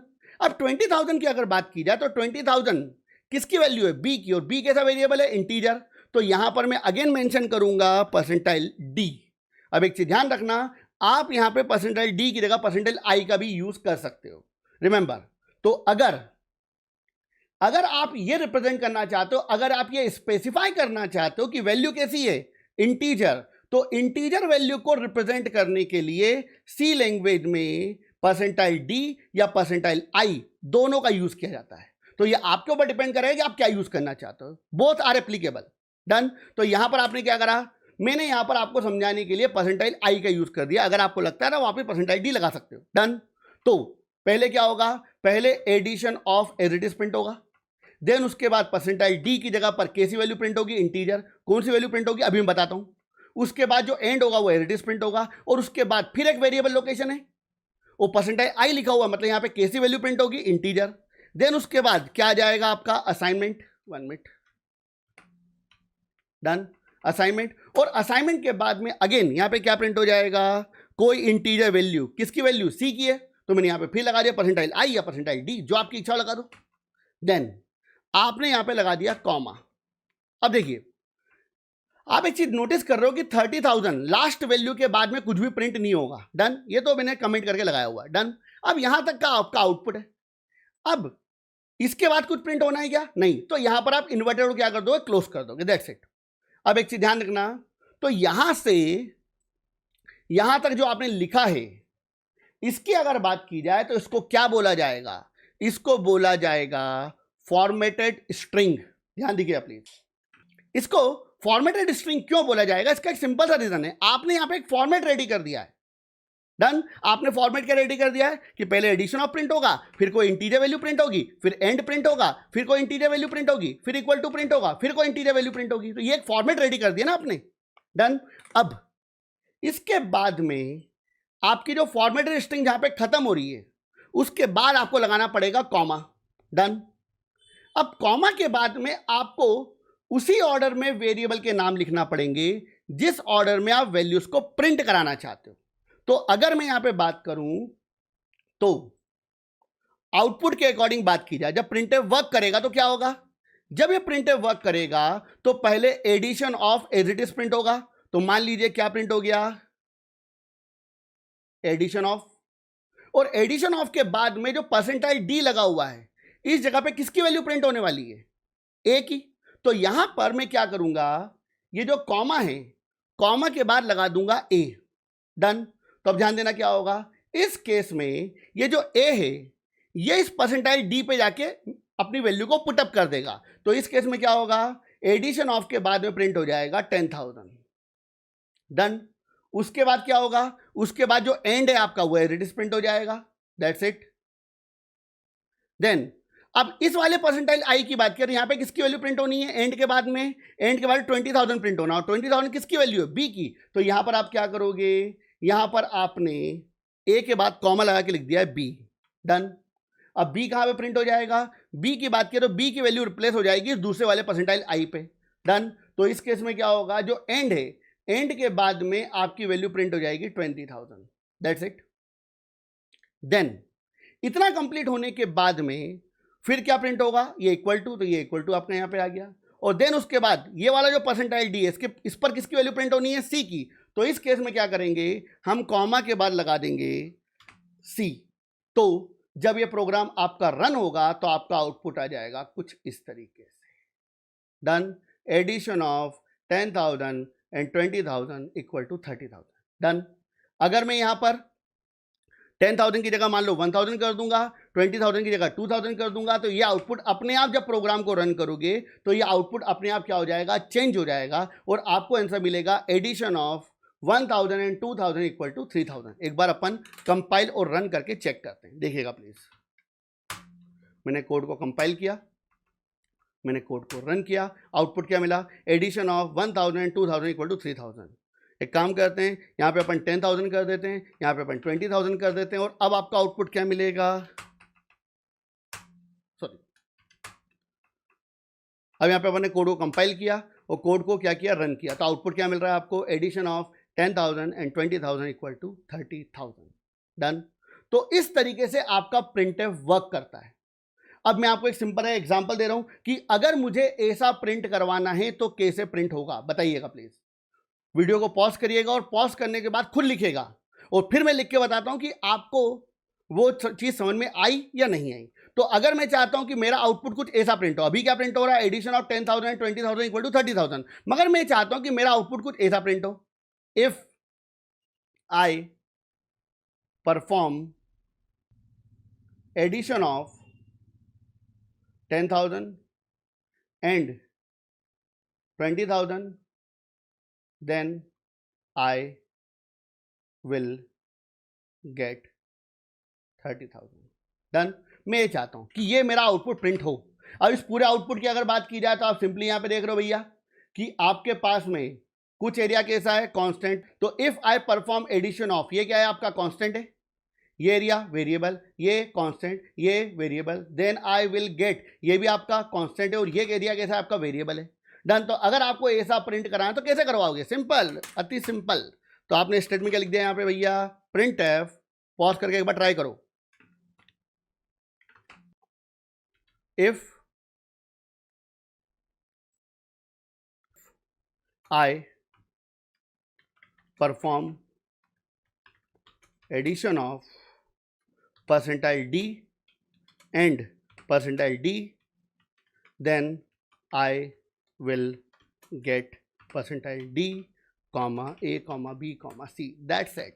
तो यहां पर आपका आउटपुट क्या मिलेगा? If I perform addition of 10,000 and 20,000 then I will get 30,000. But यहां पर आप एक चीज नोटिस करोगे कि अगर मैं इस कोड को रन करता हूं तो क्या होगा? Code compiled, code run. आप यहां पे एक नोटिस करोगे आपका आंसर क्या आया? Addition of 10,000 20,000 equal to 30,000. और उसके जस्ट आगे लिखा हुआ आ गया if I perform addition of 10,000 20,000 then I will get 30,000. अब यहां पर आप एक चीज नोटिस करो कि ये दोनों स्टेटमेंट, पहले वाले प्रिंटफ का और दूसरे वाले प्रिंटफ का, दोनों का स्टेटमेंट एक ही लाइन में आ गया है. अब मैं क्या चाहता हूं? मैं ये चाहता हूं कि ये जो स्टेटमेंट है if I perform addition of 10,000 20,000 then I will get 30,000, ये अगली लाइन में आए. तो आपको कुछ नहीं करना है, एक सिंपल सा काम है. यहां पर आपको लगाना है /n. ठीक है, /n. अब यहां पे आप ध्यान दो प्लीज. मैंने जब पहले आपको कमेंट के लिए लगवाया था तो कमेंट के लिए जो स्लैश लगता है वो फॉरवर्ड स्लैश है, और अगर /n लगाना है आपको तो आपका जो स्लैश है वो बैकवर्ड स्लैश है. स्लैश का डायरेक्शन पीछे जा रहा है, बैकवर्ड, और यहां पर फॉरवर्ड स्लैश है. दोनों अलग अलग है. तो /n लगाने के लिए आपको कौन सा /n यूज करना है? Backward slash. तो आपने /n लगा दिया. तो /n जैसे लगाया तो यहां पर क्या होगा, ध्यान दीजिएगा please.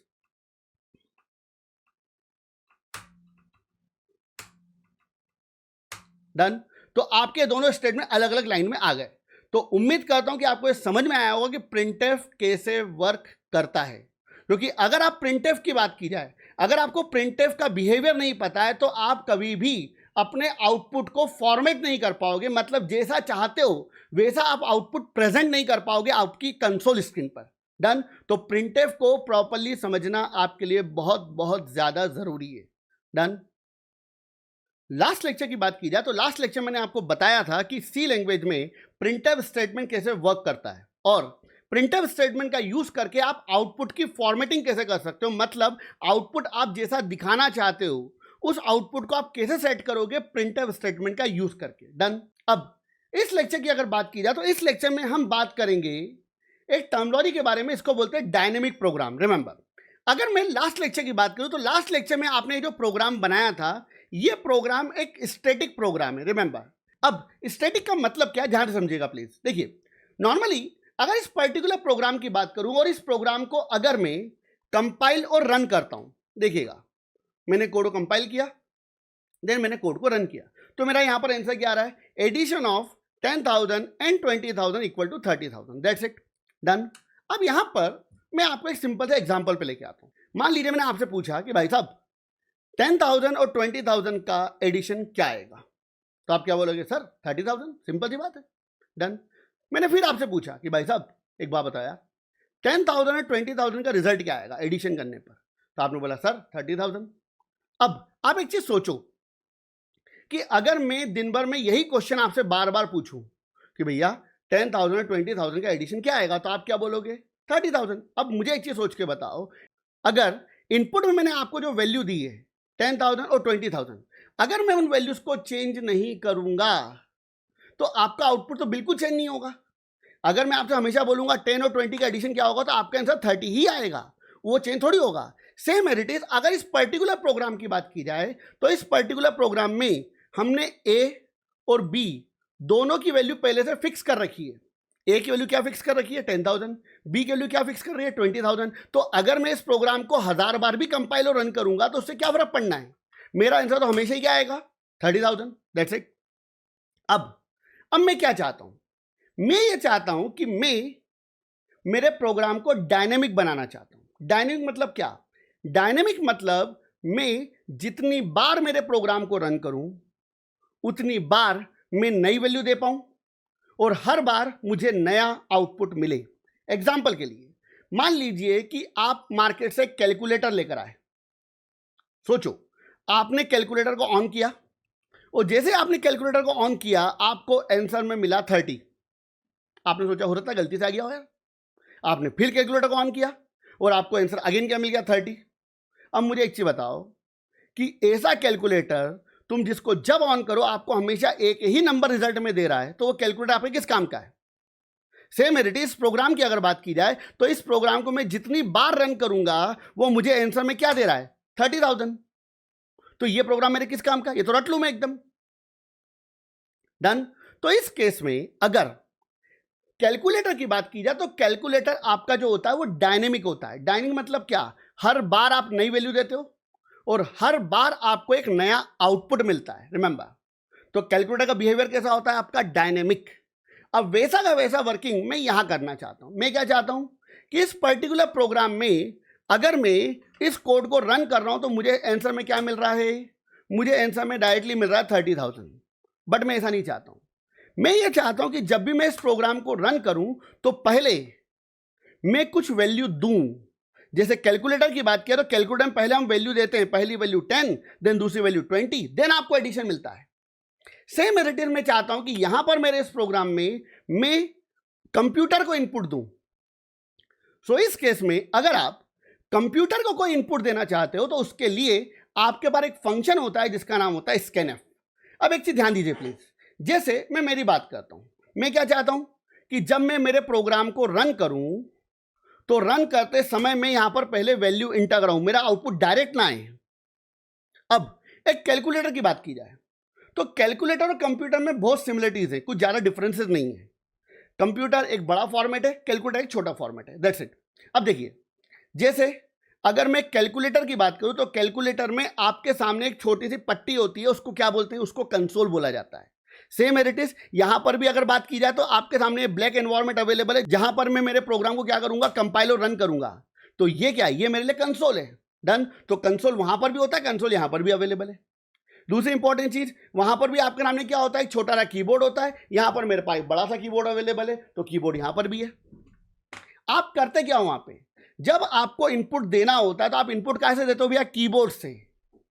Same as it is अगर मेरे इस प्रोग्राम की बात की जाए तो मैं क्या चाहता हूं, मेरे इस प्रोग्राम की बात किया तो मैं ये चाहता हूं कि जब मैं इस प्रोग्राम को रन करूं तो रन करते समय मैं कीबोर्ड से कोई वैल्यू दे पाऊं, दैट्स इट, सिंपल सी बात है। तो अगर मैं मेरे प्रोग्राम से कोई वैल्यू मेरे कंप्यूटर को देना चाहता हूं तो उस केस में मुझे यहां पर एक फंक्शन का यूज करना पड़ेगा जिसका नाम होता है स्कैनफ। डन। अब ध्यान दीजिए क्या होगा, यहां पर सबसे पहले मैं इन दोनों स्टेटमेंट को यहां से हटा रहा हूं। डन। अब ध्यान दीजिएगा प्लीज। तो स्टेप बाय स्टेप बात करते हैं। तो मैंने आपको एक चीज बताई थी, किसी भी प्रोग्राम की अगर बात की जाए तो किसी प्रोग्राम का स्टार्टिंग पॉइंट कौन होता है भैया, किसी भी प्रोग्राम का स्टार्टिंग पॉइंट होता है आपका मेन, दैट्स इट। अब प्रोग्राम स्टार्ट हुआ और जैसे प्रोग्राम स्टार्ट हुआ तो यहां पर आपके पास में 3 वेरिएबल बने। पहले वेरिएबल का नाम क्या है, ए कैसा वेरिएबल है, इंटीजर, तो ये कितने बाइट की मेमोरी ऑक्यूपाई करेगा, 4 बाइट की। इसके अलावा एक और वेरिएबल बना आपके पास में, उस वेरिएबल का नाम क्या है, बी, और बी कितने बाइट की मेमोरी ऑक्यूपाई करेगा, 4 बाइट की। इसके अलावा एक और वेरिएबल बना, उस वेरिएबल का नाम क्या है, मान लीजिए सी, और सी भी कितने बाइट की मेमोरी ऑक्यूपाई करेगा, 4 बाइट की, दैट्स इट। बट अभी इन तीनों वेरिएबल की बात की जाए तो इन तीनों वेरिएबल को मैंने कोई वैल्यू नहीं दी है। वो मैंने आपको बताया था कि अगर इन तीनों वेरिएबल को अगर आप कोई वैल्यू नहीं दोगे तो इनके अंदर कौन सी वैल्यू पड़ी होगी, गार्बेज वैल्यू। डन। तो आपको वो चीज ध्यान रखनी है। अब देखिए मैं क्या चाहता हूं, मैं ये चाहता हूं कि जब ये प्रोग्राम रन हो तो सबसे पहले मैं मेरे कीबोर्ड से कोई वैल्यू दूं और वो वैल्यू ए और बी इन दोनों वेरिएबल के अंदर आ जाए। तो इसके लिए हमारे पास एक फंक्शन होता है, इसका नाम होता है स्कैनफ। अब स्कैनफ की बात की जाए तो स्कैनफ में भी 2 ही वर्ड है। स्कैन मतलब इनपुट लेना, स्कैन करना। जैसे आपकी बात की जाए, मान लो मैं किसी व्यक्ति को देख रहा हूं, मैं इसको स्कैन कर रहा हूं। स्कैन कर रहा हूं मतलब क्या, इसका बिहेवियर कैसा है, डन, इसके बात करने का तरीका क्या है, ये स्कैनिंग हुई एक तरीके से। तो वैसे ही स्कैनफ का मतलब होता है इनपुट लेना। डन। तो यहां पर स्कैन मतलब इनपुट लेना और एफ मतलब होता है फॉर्मेटेड। अगेन वही वर्ड आ गया यहां पे, एफ मतलब क्या होता है, फॉर्मेटेड। एक चीज ध्यान रखना, आप जब सी लैंग्वेज में वर्क करोगे तो आपको बहुत सारे फंक्शन मिलेंगे जहां पर लास्ट में आपको एफ लिखा हुआ दिखेगा। 95% केसेस के अंदर जो एफ लास्ट में लिखा हुआ मिलेगा उसका मतलब फॉर्मेटेड होता है, यह बात ध्यान रखना। डन। तो मैंने स्कैनफ लिखा। अब स्कैनफ के बाद आप ब्रैकेट लगाओगे और जैसे प्रिंटफ में आपने लिखा था वैसे यहां पर आप क्या करोगे, डबल इन्वर्टेड लगा दोगे और इसको क्या बोला जाएगा, फॉर्मेटेड स्ट्रिंग। डन। अब यहां पर आप कीबोर्ड से इनपुट लेने के लिए आप किसका यूज कर रहे हो, स्कैनफ का। अब एक चीज ध्यान दीजिएगा प्लीज, आपको यहां पर स्कैनफ के अंदर स्पेसिफाई करना पड़ेगा कि आप कैसी वैल्यू इनपुट में लेना चाहते हो। अब मुझे बताओ कि आप यहां पे वैल्यू किस में इंटर कराना चाहते हो, ए में, और ए की बात की जाए तो ए कैसा वेरिएबल है आपका, इंटीजर, तो यहां पर आपको लगाना पड़ेगा परसेंटाइल डी। डन, चलिए आपने परसेंटाइल डी लगा दिया, देन कॉमा, कॉमा लगाने के बाद में आपको उस वेरिएबल का नाम लिखना पड़ेगा जिसमें आप वैल्यू इंटर करवाना चाहते हो। तो मुझे यहां पे वैल्यू किस में इंटर करानी, ए में, तो मैंने यहां पे सिंपल स्टेटमेंट लिख दिया है ए। मगर एक चीज ध्यान रखना, जब आप स्कैनफ का यूज करते हो तो उसके पहले आपको यहां पे एंड लगाना होता है। अब इस एंड की बात किया तो इस एंड को मैं डिटेल में डिस्क्राइब करूंगा आगे, बट अभी शॉर्ट में अगर मुझे बोलना है तो मैं यहां पे बोल सकता हूं कि जो एंड है, इस एंड का मतलब होता है एड्रेस। डन, एंड का मतलब क्या होता है, एड्रेस। मगर आपको मैं एक चीज क्लियर कर दूं, अभी मत सोचना इस चीज के बारे में, इसके बारे में बहुत डिटेल में बात करेंगे, पॉइंटर्स टॉपिक। डन, तो ये टॉपिक अभी आप अवॉइड कर सकते हो, मगर अगर आपको याद रखना है तो एंड का मतलब यहां पर क्या है, एड्रेस। तो एक चीज ध्यान रखना, जब भी आप स्कैनफ का यूज करोगे तो स्कैनफ में आप जब भी किसी वेरिएबल का नाम लिखोगे तो उसके पहले आपको एंड लगाना है, ये भी रट लो। Done, clear. अब यहां पर ये जो स्टेटमेंट लिखा है ये करेगा क्या, इस पर्टिकुलर स्टेटमेंट की बात की जाए तो ये statement take input from, take input के बजाय मैं एक वर्ड और एड ऑन कर देता हूं यहां पर, integer input, take integer input from keyboard and assign to a. Done, ये स्टेटमेंट क्या करेगा, जब ये स्टेटमेंट वर्क करेगा तो आप कीबोर्ड से एक वैल्यू डालोगे और वो वैल्यू किस में चली आएगी, ए में, दैट्स इट। अब ए में तो वैल्यू चली गई, हमको बी में भी वैल्यू चाहिए, तो हमने यहां पे एक और स्टेटमेंट लगा दिया स्कैनफ, अगेन बी कैसा वेरिएबल है, इंटीजर, देन अपन ने यहां पे लगा दिया percentile d, then comma and b. अब ये स्टेटमेंट क्या करेगा, ये स्टेटमेंट भी वही काम करेगा, मगर ये स्टेटमेंट जो वैल्यू को इनपुट करवाएगा वो वैल्यू किस वेरिएबल में जाएगी, बी के अंदर। डन, तो यहां पर वैल्यू आ गई आपके बी वेरिएबल के अंदर, दैट्स इट। डन, अब इस प्रोग्राम को हम सिंपली रन करने की कोशिश करते हैं स्टेप बाय स्टेप, ध्यान दीजिएगा प्लीज। क्या होगा, तो सबसे पहले मैंने कोड को वापस से कंपाइल किया, रिमेंबर जितनी बार आप चेंज करोगे उतनी बार आपको कोड को कंपाइल करना पड़ेगा। डन, तो मैंने कोड कंपाइल किया और देन मैंने कोड को अगेन क्या करा, रन किया। अब जैसे मैंने कोड को रन किया क्या होगा, ध्यान दीजिएगा प्लीज। तो सबसे पहले आपका प्रोग्राम स्टार्ट होगा मेन से, उसके बाद में 3 वेरिएबल डिक्लेयर होंगे, तो ये आपके 3 वेरिएबल रेडी हो चुके हैं, ए बी और सी। उसके बाद स्कैनफ वर्क करेगा, और स्कैनफ जैसे वर्क करेगा तो आपकी जो स्क्रीन है यहां पर आपको कोई इनपुट देना पड़ेगा। आप एक चीज नोटिस करो, यहां पे कुछ भी लिखा हुआ नहीं आया, क्यों, क्योंकि यहां पर आपका जो कर्सर आया है यहां पर आपको एक इनपुट देना है। कैसा इनपुट देना है, क्योंकि आपने यहां पे क्या स्पेसिफाई किया है, परसेंटाइल डी, तो यहां पर आपको एक इंटीजर इनपुट देना पड़ेगा। तो मैंने एक वैल्यू दे दी 789, दैट्स इट, एंड देन मैंने एंटर प्रेस किया।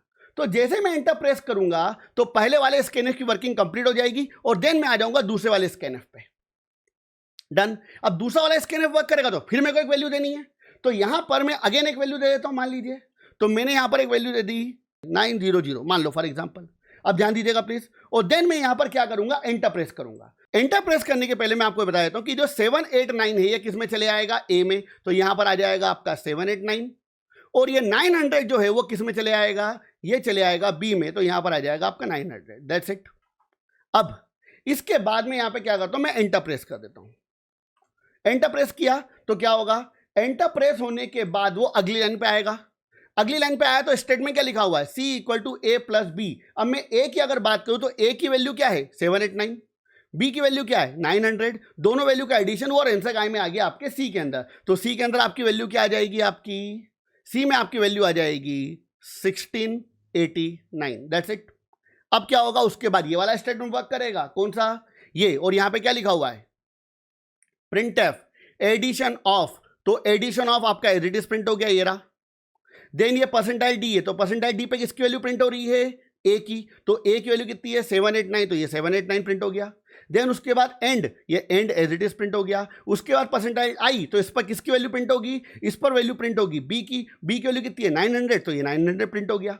डन, और देन उसके बाद इक्वल टू, ये इक्वल टू आपका प्रिंट हो गया, और देन आपके परसेंटाइल डी पर आप किसकी वैल्यू को प्रिंट करोगे, सी की वैल्यू, और सी की वैल्यू कितनी है, ए और बी का एडिशन, तो ए और बी का एडिशन कितना है 1689, तो ये आपके प्रोग्राम का आउटपुट आ गया। डन। अब इस पर्टिकुलर प्रोग्राम की अगर बात की जाए तो ये जो प्रोग्राम है आपका, ये प्रोग्राम आपका डायनेमिक है। डन।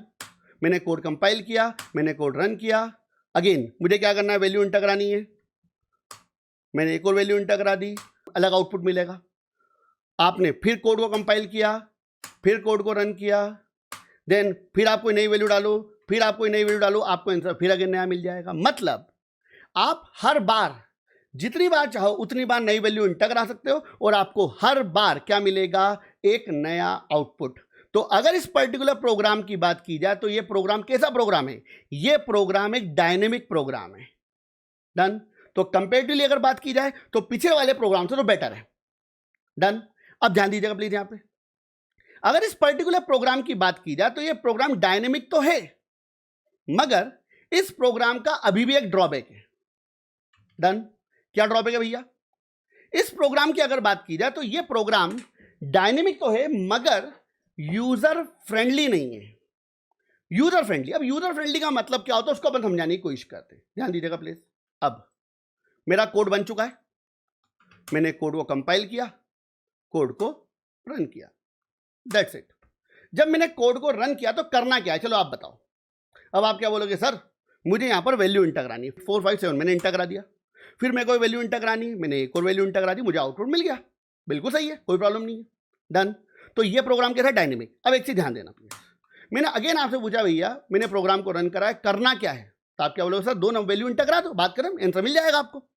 बट एक चीज ध्यान देना, एक बात मुझे बताओ, आप प्रोग्रामिंग क्यों सीख रहे हो, क्योंकि आपको डेवलपर बनना है भाई साहब। और अगर आपको डेवलपर बनना है तो डेवलपर प्रोग्राम किसके लिए बनाता है, खुद के लिए। सवेरे बनाएगा, शाम को यूज करेगा, मजे लेगा खुद घर बैठे बैठे। नहीं भैया, आप प्रोग्राम किसके लिए बनाओगे, क्लाइंट के लिए, कस्टमर के लिए। अब सोचो कि आपने एक प्रोग्राम बनाया और प्रोग्राम को रन किया, और प्रोग्राम को रन करने के बाद ये प्रोग्राम, ऐसा प्रोग्राम तुमने क्लाइंट को दे दिया। अब मुझे बता, आपको पता है कि यहां पर वैल्यू इंटर करानी है, मगर कस्टमर को थोड़ी पता है भाई साहब कि यहां पर क्या करना है। अब आपने बोला सर ये लो आपका प्रोग्राम रेडी है, चला के बताओ, चला लेगा वो? नहीं, क्योंकि उनको समझ में नहीं आया करना क्या है यहां पे। तो ये प्रोग्राम कैसा है आपका, ये प्रोग्राम आपका डायनेमिक तो है मगर यूजर फ्रेंडली नहीं है, क्योंकि यहां पर समझ में ही नहीं आएगा करना क्या है। डन। इस केस में हमें यहां पर बनाना पड़ेगा थोड़ा सा यूजर फ्रेंडली बिहेवियर या यूजर फ्रेंडली प्रेजेंटेशन। कैसे, चलिए इसके लिए क्या करेंगे बेटा, मैं आपको सिंपल एग्जांपल पे लेके आता हूं। मान लो गवर्नमेंट ने एक बढ़िया सी रोड बनाई इंदौर से लेके बॉम्बे तक, शानदार, एक नंबर। अब उस पर्टिकुलर रोड की बात किया बेटा, सब कुछ शानदार बनाया, रोड बहुत बढ़िया क्वालिटी की रोड बनी, प्रॉपर्ली वर्क कर रही है, कोई टेंशन नहीं है। मगर गवर्नमेंट ने एक काम नहीं किया, वहां पे जितने बोर्ड्स लगते हैं जहां पर अलग अलग लोकेशंस की मार्किंग होती है, कुछ भी नहीं दिया है, नथिंग। अब मुझे बताओ, और ना ही तुम्हारे पास गूगल मैप अवेलेबल है। डन। इस केस में आप क्या करोगे, क्या आप समझ पाओगे कि भैया यहां से मुझे बड़वानी के लिए कहां रिटर्न लेना पड़ेगा, शिरडी के लिए मुझे कहां रिटर्न लेना पड़ेगा, पुणे के लिए मुझे कहां रिटर्न लेना पड़ेगा, महू के लिए मुझे कहां रिटर्न लेना पड़ेगा? क्यों? क्योंकि वहां पे कोई मार्किंग ही नहीं है। रोड बढ़िया है मगर प्रॉब्लम क्या है कि वो उस रोड को समझना आसान नहीं है आपके लिए। सेम इट इज, इस प्रोग्राम की बात की जाए तो प्रोग्राम परफेक्टली वर्क कर रहा है, मगर इस प्रोग्राम को समझना यूजर के लिए मुश्किल है, क्योंकि यहां पर क्या करना है कुछ समझ में ही नहीं आ रहा है।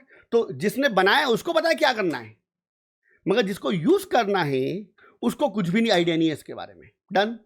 तो इस केस में क्या करूंगा, इस केस में गवर्नमेंट क्या करती है उस रोड के ऊपर भाई साहब, गवर्नमेंट प्रॉपर मैसेजिंग कर देती है। मैसेजिंग मतलब क्या, हर जगह बोर्ड लगा दिए कि भैया यहां से दिल्ली इतना दूर, यहां से फलाना इतना दूर, यहां से ढिमका इतना दूर। तो सेम एज इट इज, मैं क्या चाहता हूं, मैं यहां पर यह चाहता हूं कि जैसे ये स्कैनफ क्या कर रहा है, ये स्टेटमेंट ए की वैल्यू को इंटर करा रहा है, मगर इस ए की वैल्यू इंटर कराने के पहले अगर एक मैसेज लिखा हुआ मिल जाए तो simple printf enter the value of A. Done, that's it. अब क्या होगा, पहले कौन वर्क करेगा, पहले प्रिंटफ वर्क करेगा, और प्रिंटफ बाद कौन वर्क करेगा, स्कैनफ। तो प्रिंटफ क्या करेगा, पहले प्रिंटफ प्रिंट करा देगा enter the value of a, then उसके बाद कौन वर्क करेगा, स्कैनफ, और स्कैनफ क्या करेगा, वैल्यू इनपुट दे देगा। फिर दूसरा वाला स्कैनफ वर्क कर रहा, उसके पहले मैंने अगेन क्या लगा दिया, प्रिंटफ, और यहां पे क्या लिख दूंगा मैं, enter the value of b. Done. और देन कौन वर्क करेगा, सेकंड वाला स्कैनफ। डन। तो सेकंड वाला स्कैनफ किस में वैल्यू इंटर कराएगा, बी में, और देन उसके बाद क्या होगा, दोनों वैल्यू का एडिशन, और आउटपुट क्या प्रिंट हो जाएगा, आपकी आउटपुट स्क्रीन पर। तो चलिए इस कोड को एक बार फिर कंपाइल और रन करने की कोशिश करते हैं।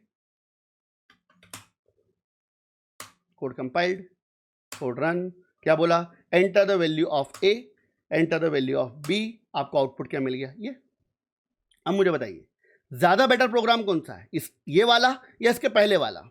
ऑब्वियस ही बात है ये वाला। क्यों? क्योंकि ये प्रोग्राम डायनेमिक भी है और ये प्रोग्राम यूजर फ्रेंडली भी है। डन। तो आपको जब प्रोग्राम को बनाना है तो आपको ये सोचना पड़ेगा कि आपका प्रोग्राम यूजर फ्रेंडली हो, प्रॉपर्ली समझ में आए कि कर क्या रहे हो। ठीक है। आज इस लेक्चर में हम बात करेंगे दो और इंपॉर्टेंट फंक्शंस के बारे में, जिसमें पहले फंक्शन का नाम होता है CLR SCR। डन। और इसके अलावा एक फंक्शन और होता है जिसका नाम होता है getch। अब CLR SCR और getch की बात की जाए तो CLR SCR का फुल फॉर्म होता है क्लियर स्क्रीन, और अगर getch की बात की जाए तो getch का फुल फॉर्म होता है गेट कैरेक्टर। अब स्टार्ट करते हैं हमारे पहले फंक्शन के साथ में, वो जिसका नाम क्या है, CLR SCR। अब यहां पर CLR SCR की बात की जाए तो उसका नाम क्या बोल रहा है, क्लियर स्क्रीन। रिमेंबर, तो CLR SCR फंक्शन की बात की जाए तो इस फंक्शन का यूज करके आप कुछ क्लियर कर सकते हो, कुछ साफ कर सकते हो। भैया क्या साफ कर सकते हो? तो एक चीज ध्यान रखना, इस पर्टिकुलर फंक्शन की बात की जाए तो इस फंक्शन का यूज करके आप आपकी आउटपुट स्क्रीन मतलब कंसोल स्क्रीन की अगर बात की जाए तो यहां पर जो भी लिखा हुआ है आप उसको क्लियर कर सकते हो। डन। तो what is the role of CLR SCR? To clear console screen. Done. अब एक चीज ध्यान दीजिएगा प्लीज, तो नॉर्मली यहां पर कई स्टूडेंट ऐसे होंगे जिन्होंने शायद इसके पहले सी लैंग्वेज को पढ़ रखा होगा। डन। उन्होंने हो सकता है कि पहले इसके पहले टर्बो कंपाइलर का यूज करा हो या GCD कंपाइलर का यूज करा हो। तो यहां पर एक चीज ध्यान रखिएगा प्लीज, अगर मैं यहां पे CLR SCR फंक्शन की बात करूं तो जो CLR SCR फंक्शन होता है वो नॉर्मली टर्बो कंपाइलर में अवेलेबल होता है। डन। Turbo compiler. बट हमारी बात की जाए तो हम यहां पर टर्बो कंपाइलर का यूज नहीं कर रहे हैं, हम यहां पर यूज कर रहे हैं GCC कंपाइलर का। तो एक चीज ध्यान रखना, GCC कंपाइलर की बात की जाए तो GCC कंपाइलर में आपका CLR SCR फंक्शन अवेलेबल नहीं होता है। तो अगर आपको GCC कंपाइलर में CLR SCR फंक्शन का यूज करना है तो उसके जगह पर एक नया फंक्शन अवेलेबल है जिसका नाम होता है सिस्टम। डन। और इस फंक्शन की अगर बात की जाए तो इस फंक्शन का यूज करके आप आपकी आउटपुट स्क्रीन को क्लियर कर सकते हो। रिमेंबर, अगर मैं यहाँ पे सिस्टम फंक्शन की बात करूँ तो सिस्टम फंक्शन एक बहुत ज़्यादा पावरफुल फंक्शन है और इसके अंदर बहुत सारे अलग अलग फीचर्स अवेलेबल हैं। मगर अभी की बात की जाए तो अभी हम केवल और केवल सिस्टम फंक्शन का यूज एक काम के लिए करेंगे जिसको बोलते हैं क्लियर स्क्रीन। डन। तो अगर आपको सिस्टम फंक्शन को आपके प्रोग्राम में यूज करना है तो आपको लिखना कैसे पड़ेगा, ध्यान दीजिएगा प्लीज। आप यहां पे लिखोगे पहले सिस्टम, और सिस्टम के बाद आप लगाओगे ब्रैकेट, और ब्रैकेट के बाद आप डबल इन्वर्टेड लगाओगे, उसके बीच में लिखोगे वही कमांड जिसका यूज करके आप नॉर्मली कंसोल स्क्रीन को क्लियर करते हो। तो मैंने आपको बताया था कि अगर आपको कंसोल स्क्रीन को क्लियर करना है तो कौन सी कमांड होती है, CLS। डन। तो वही कमांड आप यहां पे क्या करोगे, मेंशन कर दोगे। तो आपने यहां पे क्या किया, जो सिस्टम फंक्शन है उसके ब्रैकेट में इन्वर्टेड लगाया और यहां पर आपने लिख दिया CLS, दैट्स इट। डन। और लास्ट में क्या लगा दिया, सेमीकोलन। डन। तो इस पर्टिकुलर फंक्शन की अगर बात की जाए सिस्टम CLS, तो इस फंक्शन का यूज करके आप आपकी आउटपुट स्क्रीन को क्लियर कर सकते हो।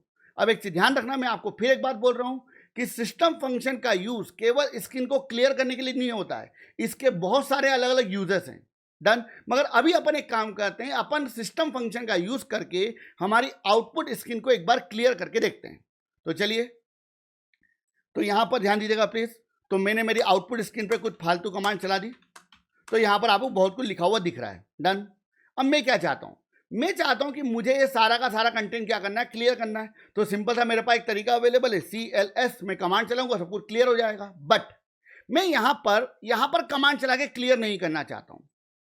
मैं क्या चाहता हूं कि मैं एक प्रोग्राम बनाऊं और इस प्रोग्राम का यूज करके मैं यहां पर क्या करूं, स्क्रीन को क्लियर कर दूं। डन। तो चलिए एक बार ट्राई करते हैं। तो इसके लिए सबसे पहले मेरे मेन फंक्शन पे गया और मेन फंक्शन में जो भी कंटेंट लिखा था मैंने उसको भी हटा दिया है टेम्परेरीली, और यहां पर मैंने एक फंक्शन का यूज करा है जिसका नाम होता है सिस्टम। डन। और देन मैंने ब्रैकेट लगाया और ब्रैकेट के बाद में डबल इन्वर्टेड और देन आपने लिख दिया CLS, दैट्स इट। और लास्ट में आपने लगा दिया क्या है, सेमीकोलन। अब आप एक चीज नोटिस करिएगा प्लीज, मैं इस कोड को पहले कंपाइल करता हूं। तो मैंने इस कोड को कंपाइल किया GCC और देन फाइल का नाम क्या है, test.c। कोड कंपाइल हुआ। अब आप एक चीज नोटिस कर रहे हो कि यहां पर आपको एक वार्निंग दे रहा है, एक एरर दे रहा है। एक्चुअली ध्यान रखना, मैं आपको पहले ही क्लियर कर दूं, वार्निंग और एरर में डिफरेंस होता है। अभी यहां पर आपको वार्निंग दे रहा है, मगर इस टॉपिक के ऊपर मैं बाद में बात करूंगा कि वार्निंग क्यों दे रहा है, एरर क्यों देगा, वो सारी चीजों को डिस्कस करेंगे। डन। अगर यहां पे सिस्टम फंक्शन की बात की है तो सिस्टम फंक्शन यहां पर आपको एक एरर दे रहा है, अभी मान लो। डन। अब आप एक चीज नोटिस करिएगा प्लीज, सिस्टम क्या है, सिस्टम एक फंक्शन है। और अभी तक मैंने आपको जितने भी फंक्शन बताए, चाहे printf, चाहे scanf, जितने भी फंक्शन की बात की जाए तो हर फंक्शन की क्या होती है, कोई ना कोई हेडर फाइल होती है। तो वैसे ही अगर आप सिस्टम फंक्शन को आपके प्रोग्राम में यूज करना चाहते हो तो इसकी भी क्या होती है, एक हेडर फाइल होती है। तो ध्यान रखना, सिस्टम फंक्शन की बात की जाए तो उसकी हेडर फाइल का नाम होता है stdlib। डन। तो आपने पहले लिखा हैश इंक्लूड और यहां पर आप लिख दोगे stdlib.h, दैट्स इट। डन। अब अगर मेरे कोड को मैं कंपाइल करूंगा तो आप एक चीज नोटिस करोगे, मुझे यहां पर कोई एरर नहीं देगा। डन। तो मेरा कोड प्रॉपर्ली कंपाइल हो गया। अब मैं इस कोड को रन करता हूं, आप देखना क्या होगा। आप एक चीज नोटिस कर रहे हो कि आपकी आउटपुट स्क्रीन पे जो भी पहले लिखा हुआ था सब क्या हो चुका है, क्लियर हो चुका है। तो इस फंक्शन का यूज करके आप आपकी कंसोल स्क्रीन पे जो भी कंटेंट लिखा हुआ है उसको क्या कर सकते हो, क्लियर कर सकते हो। अब एक चीज ध्यान दीजिएगा प्लीज, तो अपन वापस अपने पुराने वाले प्रोग्राम पे आते हैं। तो जैसे मान लीजिए ये आपका एक प्रोग्राम है। अब इस पर्टिकुलर प्रोग्राम की बात की जाए तो मैं क्या चाहता हूं, जैसे मैं इस प्रोग्राम को कंपाइल और रन करना चाहता हूं, तो हो सकता है बेटा कि जब आप प्रोग्राम को कंपाइल और रन करने जाओ तो आपकी आउटपुट स्क्रीन पर पहले से बहुत कुछ लिखा हुआ रहे। डन। जैसे ये लिखा हुआ है, तो मैं क्या चाहता हूं, मैं चाहता हूं कि जैसे मेरे प्रोग्राम को कंपाइल और रन करूं वैसे ही मेरे स्क्रीन पे जो भी पहले से लिखा हुआ रहे वो सब क्या हो जाए, क्लियर हो जाए। डन। तो मैं यहाँ पे क्या करूंगा, ध्यान दीजिएगा प्लीज, मैं यहाँ पर हमारे जो वेरिएबल डिक्लेरेशन हमने क्या करा, 3 वेरिएबल डिक्लेयर करे A, B और C। इन स्टेटमेंट के जस्ट बाद मैंने यहां पर एक स्टेटमेंट लिख दिया है system then CLS, that's it. अब आप एक चीज नोटिस करोगे कि यहां पर इस पर्टिकुलर फंक्शन के वजह से क्या होगा कि आपकी आउटपुट स्क्रीन पे जो भी लिखा हो सब क्या हो जाएगा, क्लियर हो जाएगा। मगर मुझे यहां पर हेडर फाइल वापस से लगानी पड़ेगी, तो मैंने हेडर फाइल लगा दी है, मान लीजिए stdlib.h, दैट्स इट। डन। अब इस कोड को अपन कंपाइल और रन करते हैं स्टेप बाय स्टेप। मैंने कोड कंपाइल किया, तो कंपाइल करने की कमांड क्या है आपकी, GCC then test.c। Code compiled और देन मैंने क्या करा, कोड को रन किया, एंटर। तो आप देख रहे हो कि यहां पर जो भी लिखा सब क्लियर हो गया और सीधे आपकी ब्लैंक स्क्रीन आ चुकी है और आपको केवल क्या लिखा हुआ दिख रहा है, enter the value of A। Done. तो आपने यहां पर A की वैल्यू इंटर करा दी 56, देन B की वैल्यू इंटर करा दी 67, देन आपका आउटपुट यहां पे प्रिंट हो गया। अगली बार फिर आप रन करोगे तो क्या होगा, सब कुछ पुराना वाला क्लियर हो जाएगा। तो आप इस फंक्शन का यूज कर सकते हो अगर आपको आपकी कंसोल स्क्रीन पे जो भी पहले से लिखा हो उसको क्या करना है, क्लियर करना है। डन। तो ये आपका पहला फंक्शन होता है, इसका नाम होता है सिस्टम और ब्रैकेट में क्या लिखना है आपको, CLS। डन। बट एक चीज ध्यान रखना, अगर आप यहां पर टर्बो कंपाइलर की बात करोगे तो टर्बो कंपाइलर में आपको यहां पर इसी काम के लिए एक फंक्शन का यूज करना पड़ेगा, CLRSCR। ध्यान रखना। साथ ही साथ इस फंक्शन को अगर आप यूज करोगे तो आपकी हेडर फाइल भी चेंज हो जाएगी। तो जैसे अगर अपन अभी की बात करें तो अभी यहां पर सिस्टम फंक्शन के लिए अपन ने कौन सी हेडर फाइल का यूज करा है, stdlib का। मगर जब आप CLRSCR फंक्शन का यूज करोगे टर्बो कंपाइलर में तो वहां पर आप हेडर फाइल का यूज करोगे conio.h। डन। क्लियर है। तो ये था हमारा पहला फंक्शन जिसका नाम होता है CLRSCR या फिर सिस्टम CLS, दैट्स इट। अब बात करते हैं हमारे अगले फंक्शन के बारे में जिसका नाम क्या है आपका getch। getch फंक्शन की बात करें तो getch फंक्शन का फुल फॉर्म क्या होता है, getch का फुल फॉर्म होता है गेट कैरेक्टर। तो यहां पे 2 वर्ड्स अवेलेबल हैं, पहला वर्ड है गेट और दूसरा वर्ड है कैरेक्टर। तो नॉर्मली अगर मेरे प्रोग्राम की अगर बात की जाए तो मेरे प्रोग्राम में getch फंक्शन का क्या यूज है, तो इसको मैं पहले थ्योरेटिकली यहां पे लिख देता हूं। तो getch का वर्क होता है to hold progress of your program until we press any key. Remember, अब इस पर्टिकुलर डेफिनेशन की बात करें जो यहां पे मैंने आपके सामने लिखी है गेट सीएच के बारे में, तो ये जो स्टेटमेंट है क्या बताना चाह रहा है, ध्यान देना. नॉर्मली यहां पर एक इंपॉर्टेंट वर्ड है, वो वर्ड क्या है आपका, प्रोग्रेस. अब प्रोग्रेस की बात करें, प्रोग्रेस का मतलब क्या हुआ कि नॉर्मली हमारे प्रोग्राम की अगर बात करें तो हमारा प्रोग्राम कैसे वर्क करता है. हमारा जो प्रोग्राम होता है वो स्टेप बाय स्टेप वर्क करता है. मतलब सबसे पहले क्या होगा, सबसे पहले आपकी ये वाली लाइन वर्क करेगी. डन. क्या होगा इस केस में, इस केस में आपका 3 वेरिएबल बनेंगे. पहले वाले वेरिएबल का नाम होगा ए, दूसरे वाले वेरिएबल का नाम होगा बी, और तीसरे वाले वेरिएबल का नाम होगा आपका सी. ए, बी और सी, दैट्स इट. उसके बाद कौन वर्क करेगा, उसके बाद वर्क करेगा सिस्टम सीएलएस. तो ये स्टेटमेंट क्या करेगा, ये स्टेटमेंट आपकी कंसोल स्क्रीन को प्रॉपर्ली क्लियर कर देगा, दैट्स इट. उसके बाद कौन वर्क करेगा, उसके बाद वर्क करेगा आपका प्रिंटएफ. प्रिंटएफ क्या करेगा, प्रिंटएफ जैसे ही वर्क करेगा तो आपकी आउटपुट स्क्रीन पे लिखा हुआ आएगा एंटर द वैल्यू ऑफ ए. अब ध्यान देना प्लीज, प्रिंटएफ स्टेटमेंट की बात करें तो प्रिंटएफ स्टेटमेंट कब वर्क करेगा, printf statement system CLS statement के वर्क करने के बाद करेगा. मतलब आपकी आउटपुट स्क्रीन क्लियर हो जाएगी, उसके बाद लिखा हुआ आएगा एंटर द वैल्यू ऑफ ए.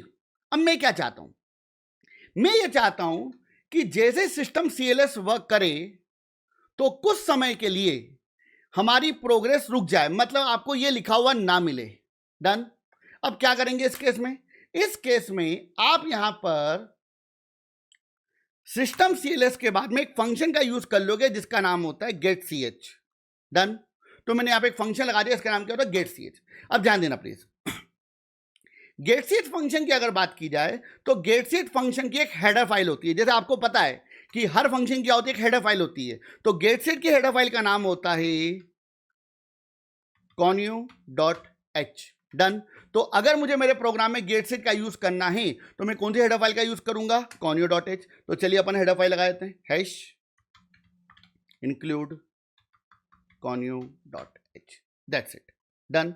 अब ध्यान दीजिए क्या होगा, स्टेप बाय स्टेप बात कर. अब इस पर्टिकुलर केस की बात करें तो होगा क्या, ध्यान दीजिएगा प्लीज. सबसे पहले आपका प्रोग्राम स्टार्ट होगा मेन से. डन. इसके बाद में आपके प्रोग्राम में 3 वेरिएबल बनेंगे. पहले वाले वेरिएबल का नाम क्या होगा, ए, दूसरा वाले वेरिएबल का नाम क्या होगा, बी, और तीसरे वाले वेरिएबल का नाम क्या होगा आपका सी. बात खत्म. डन. ये काम भी हो गया. उसके बाद में कौन वर्क करेगा, सिस्टम सीएलएस. तो सिस्टम सीएलएस क्या करेगा, सिस्टम सीएलएस आपकी जो आउटपुट स्क्रीन है उस पर जो भी पहले से लिखा होगा उसको क्या कर देगा, क्लियर कर देगा. बात खत्म. अब उसके बाद कौन वर्क करेगा, उसके बाद वर्क करेगा आपका गेट सीएच. और गेट सीएच के बारे में मैंने क्या बताया था, गेट सीएच जो होता है वो आपके प्रोग्राम की प्रोग्रेस को कुछ समय के लिए क्या कर देता है, होल्ड कर देता है. कब तक, जब तक आप कोई की प्रेस नहीं करते. अब पॉइंट को यहां पे समझने की कोशिश करना एग्जांपल के साथ में. देखिए एक काम करते हैं, हम यहां पर इस प्रोग्राम को रन करते हैं. पहले एक काम कर देता हूं, मैं यहां पर कुछ ना कुछ टाइप कर देता हूं तो आपको पता लग जाएगा क्लियर हो रहा है या नहीं हो रहा है. अब देखो स्टेप बाय स्टेप चलेंगे इतने कोड के ऊपर. डन. तो सबसे पहले क्या करा, मैंने मेरे कोड को कंपाइल किया और मैंने मेरे कोड को रन किया. अब ध्यान देना होगा क्या, स्टेप बाय स्टेप बात करते हैं, क्योंकि देखिए वर्किंग बहुत ज्यादा फास्ट और फटाफट सारी चीजें हो जाएंगी. तो जैसे मैं यहां पर एंटर प्रेस करूंगा वैसे ही क्या होगा, प्रोग्राम मेन से स्टार्ट होगा, 3 वेरिएबल बनेंगे और 3 वेरिएबल बनने के बाद में क्या होगा, सिस्टम सीएलएस वर्क करेगा. तो जैसे सिस्टम सीएलएस वर्क करेगा सब कुछ क्या हो जाएगा, क्लियर हो जाएगा, खत्म हो जाएगा यहां से. और देन उसके बाद कौन वर्क करेगा, गेट सीएच. अब पॉइंट को ध्यान समझना, जैसे ही गेट सीएच वर्क करेगा आपका प्रोग्राम यहीं पर क्या हो जाएगा, होल्ड. मतलब आपको आपकी आउटपुट स्क्रीन पर एंटर द वैल्यू ऑफ ए लिखा हुआ नहीं मिलेगा. यह स्क्रीन कंप्लीटली आपको खाली मिलेगी. क्यों, क्योंकि स्क्रीन पे लिखा हुआ आता, क्या लिखा हुआ आता, एंटर द वैल्यू ऑफ ए. कब लिखा हुआ आता, जब आपका स्टेटमेंट यहां, आपका प्रोग्राम यहां पर आता. मगर आपका प्रोग्राम इस लाइन को वर्क करवाता उसके पहले कौन वर्क कर रहा है, गेट सीएच. और गेट सीएच ने क्या करा है, गेट सीएच ने आपकी प्रोग्रेस को होल्ड कर दिया है. डन. तो पहले एक बार चेक करते हैं इतने कोड को. तो मैंने यहां पे क्या करा, मैंने एंटर प्रेस किया. आप एक चीज देख रहे हो कि यहां पर आपकी स्क्रीन कंप्लीटली होल्ड है, उसके ऊपर कुछ भी लिखा हुआ नहीं दिख रहा है. इसका मतलब ये नहीं हुआ कि आपका प्रोग्राम क्लोज हो चुका है. आपके प्रोग्राम की अगर बात की जाए तो आपके प्रोग्राम में अभी करंटली ये गेट सीएच वर्क कर रहा है। और गेट सीएच क्या करता है? गेट सीएच आपके प्रोग्राम की प्रोग्रेस को होल्ड कर देता, मतलब आपका प्रोग्राम यहां पे क्या हो चुका है? होल्ड हो चुका है, पॉज हो चुका है। अब आपका एक क्वेश्चन और आएगा, सर ये कब तक पॉज रहेगा, कब तक? तो एक चीज ध्यान देना, यहां पर मैंने डेफिनेशन के अंदर एक वर्ड और लिखा हुआ था, until we press any key. तो यहां पर अगर मैं बात करता हूं हमारे प्रोग्राम की, हमारा प्रोग्राम भी कौन सी स्टेट में? पॉज्ड स्टेट में। अब इस केस में क्या होगा, ध्यान रखना। तो मुझे अगर आगे बढ़ना है तो मुझे कुछ नहीं करना है, मुझे यहां पर सिंपली आपके कीबोर्ड से कोई भी की प्रेस करनी है, what ever, that's it, done. क्या हो गया? आगे आ गया। अब आपने क्या करा?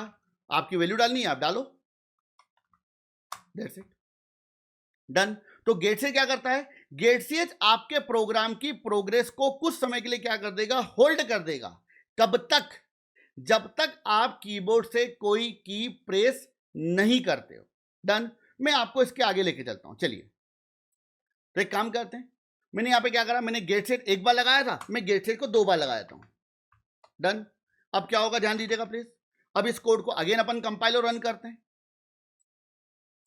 स्टेप बाय स्टेप अगर बात की जाए, डन। अब यहां पे ध्यान दो, पहले क्या हुआ होगा, प्रोग्राम मेन से स्टार्ट हुआ होगा, 3 वेरिएबल बने, उसके बाद कौन वर्क कर रहा है? सिस्टम सीएलएस ने वर्क कर रहा है, स्क्रीन पूरी क्लियर हो चुकी है। अब कौन वर्क कर रहा है? अब गेट सीएच वर्क कर रहा है। कौन सा वाला? पहला वाला या दूसरा वाला? पहला वाला, डन। तो गेट सीएच ने वर्क किया और आपकी स्क्रीन होल्ड है। अब मैं क्या करता हूं, मैं यहां पर मेरी कीबोर्ड से कोई की प्रेस करता हूं, डन। मगर आप एक चीज देख रहे हो कि यहां पर आपको कुछ भी नहीं मिला। क्यों? क्योंकि यहां पर पहले वाले गेट सेट ने वर्किंग तो कंप्लीट कर दी है, मगर दूसरा वाला रुक गया है, क्योंकि 2 गेट सेट लगे हुए हैं। तो मुझे दूसरे वाले के लिए फिर से की प्रेस करनी पड़ेगी, दैट्स इट, डन। अब मैंने यहां पे कोई नंबर डाला,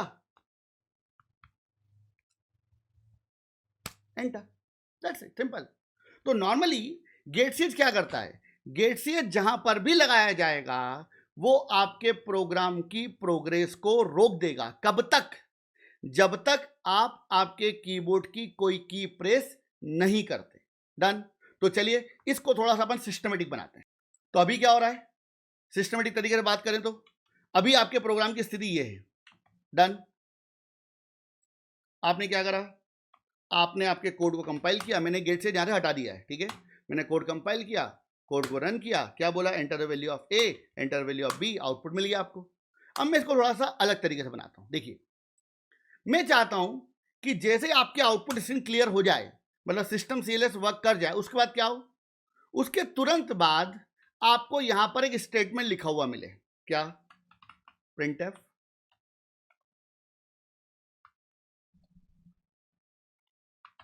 if you are ready to work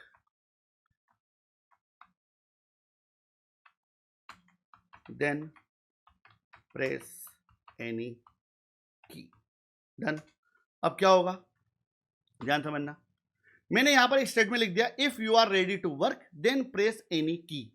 अब पॉइंट को यहां पे ध्यान समझना। देखिए, मैं क्या चाहता हूं कि जैसे प्रोग्राम चले, 3 वेरिएबल बनेंगे, स्क्रीन क्लियर हो जाएगी, उसके बाद क्या लिखा हुआ आएगा? If you are ready to work, तुम काम करने के लिए अगर रेडी हो तो प्रेस करो एनी की। अब भैया एनी की प्रेस करने के पहले स्क्रीन को रुकना भी चाहिए, तो मैं क्या करूंगा, इस स्टेटमेंट के जस्ट बाद लगा दूंगा गेट सीएच। अब ध्यान दो इस प्रोग्राम में क्या होगा, मैंने कोड कंपाइल किया, कोड को रन किया, और यहां पर आप देखो क्या लिखा हुआ आ रहा है, if you are ready to work then press any key. तो मैंने की प्रेस करी, देन आगे कंटिन्यू, डन। तो यहां पर क्या हुआ, आगे की प्रोसेस, जो भी प्रोसेस थी कि आपको वैल्यू एंटर कराना है, आपको एडिशन करना है, जो भी करना था, वो सारी चीजें किसकी वजह से रुकी हुई थी? गेट सीएच की वजह से। और गेट सीएच स्क्रीन को होल्ड करता है कब तक? जब तक आप आपके कीबोर्ड से कोई की प्रेस नहीं करो, डन। चलिए, तो अब यहां पर हम कुछ चीजों को कंक्लूड करते हैं, जो भी हमने अभी तक पढ़ा है उन सारी चीजों को। देखिए, जब भी आप कोई प्रोग्राम बनाओगे तो आपको यहां पे कुछ बेसिक चीजों को ध्यान रखना है। देखिए, आपको कभी भी किसी भी कंसेप्ट को रटने की जरूरत नहीं है। पहली इंपॉर्टेंट चीज है कि आपको यह पता होना चाहिए कि कौन सा फंक्शन, कौन सा टूल करता क्या है, डन। कई स्टूडेंट्स होते हैं जो चीजों को रटते हैं, वो क्या करते हैं, वो इसको इस तरीके से रटते हैं कि भैया जो सिस्टम सीएलएस है या फिर सीएलआर एससीआर है वो ऊपर रहेगा, गेट सीएच की बात की जाए तो गेट सीएच जो होगा वो नीचे लगेगा, डन। या फिर प्रिंटफ जो होता है वो स्कैनफ के पहले लगता है, स्कैनफ की बात करें स्कैनफ जो होता है वो प्रिंटफ के बाद लगता है। ऐसा कोई रूल नहीं है, डन, ऐसा कोई रूल नहीं है।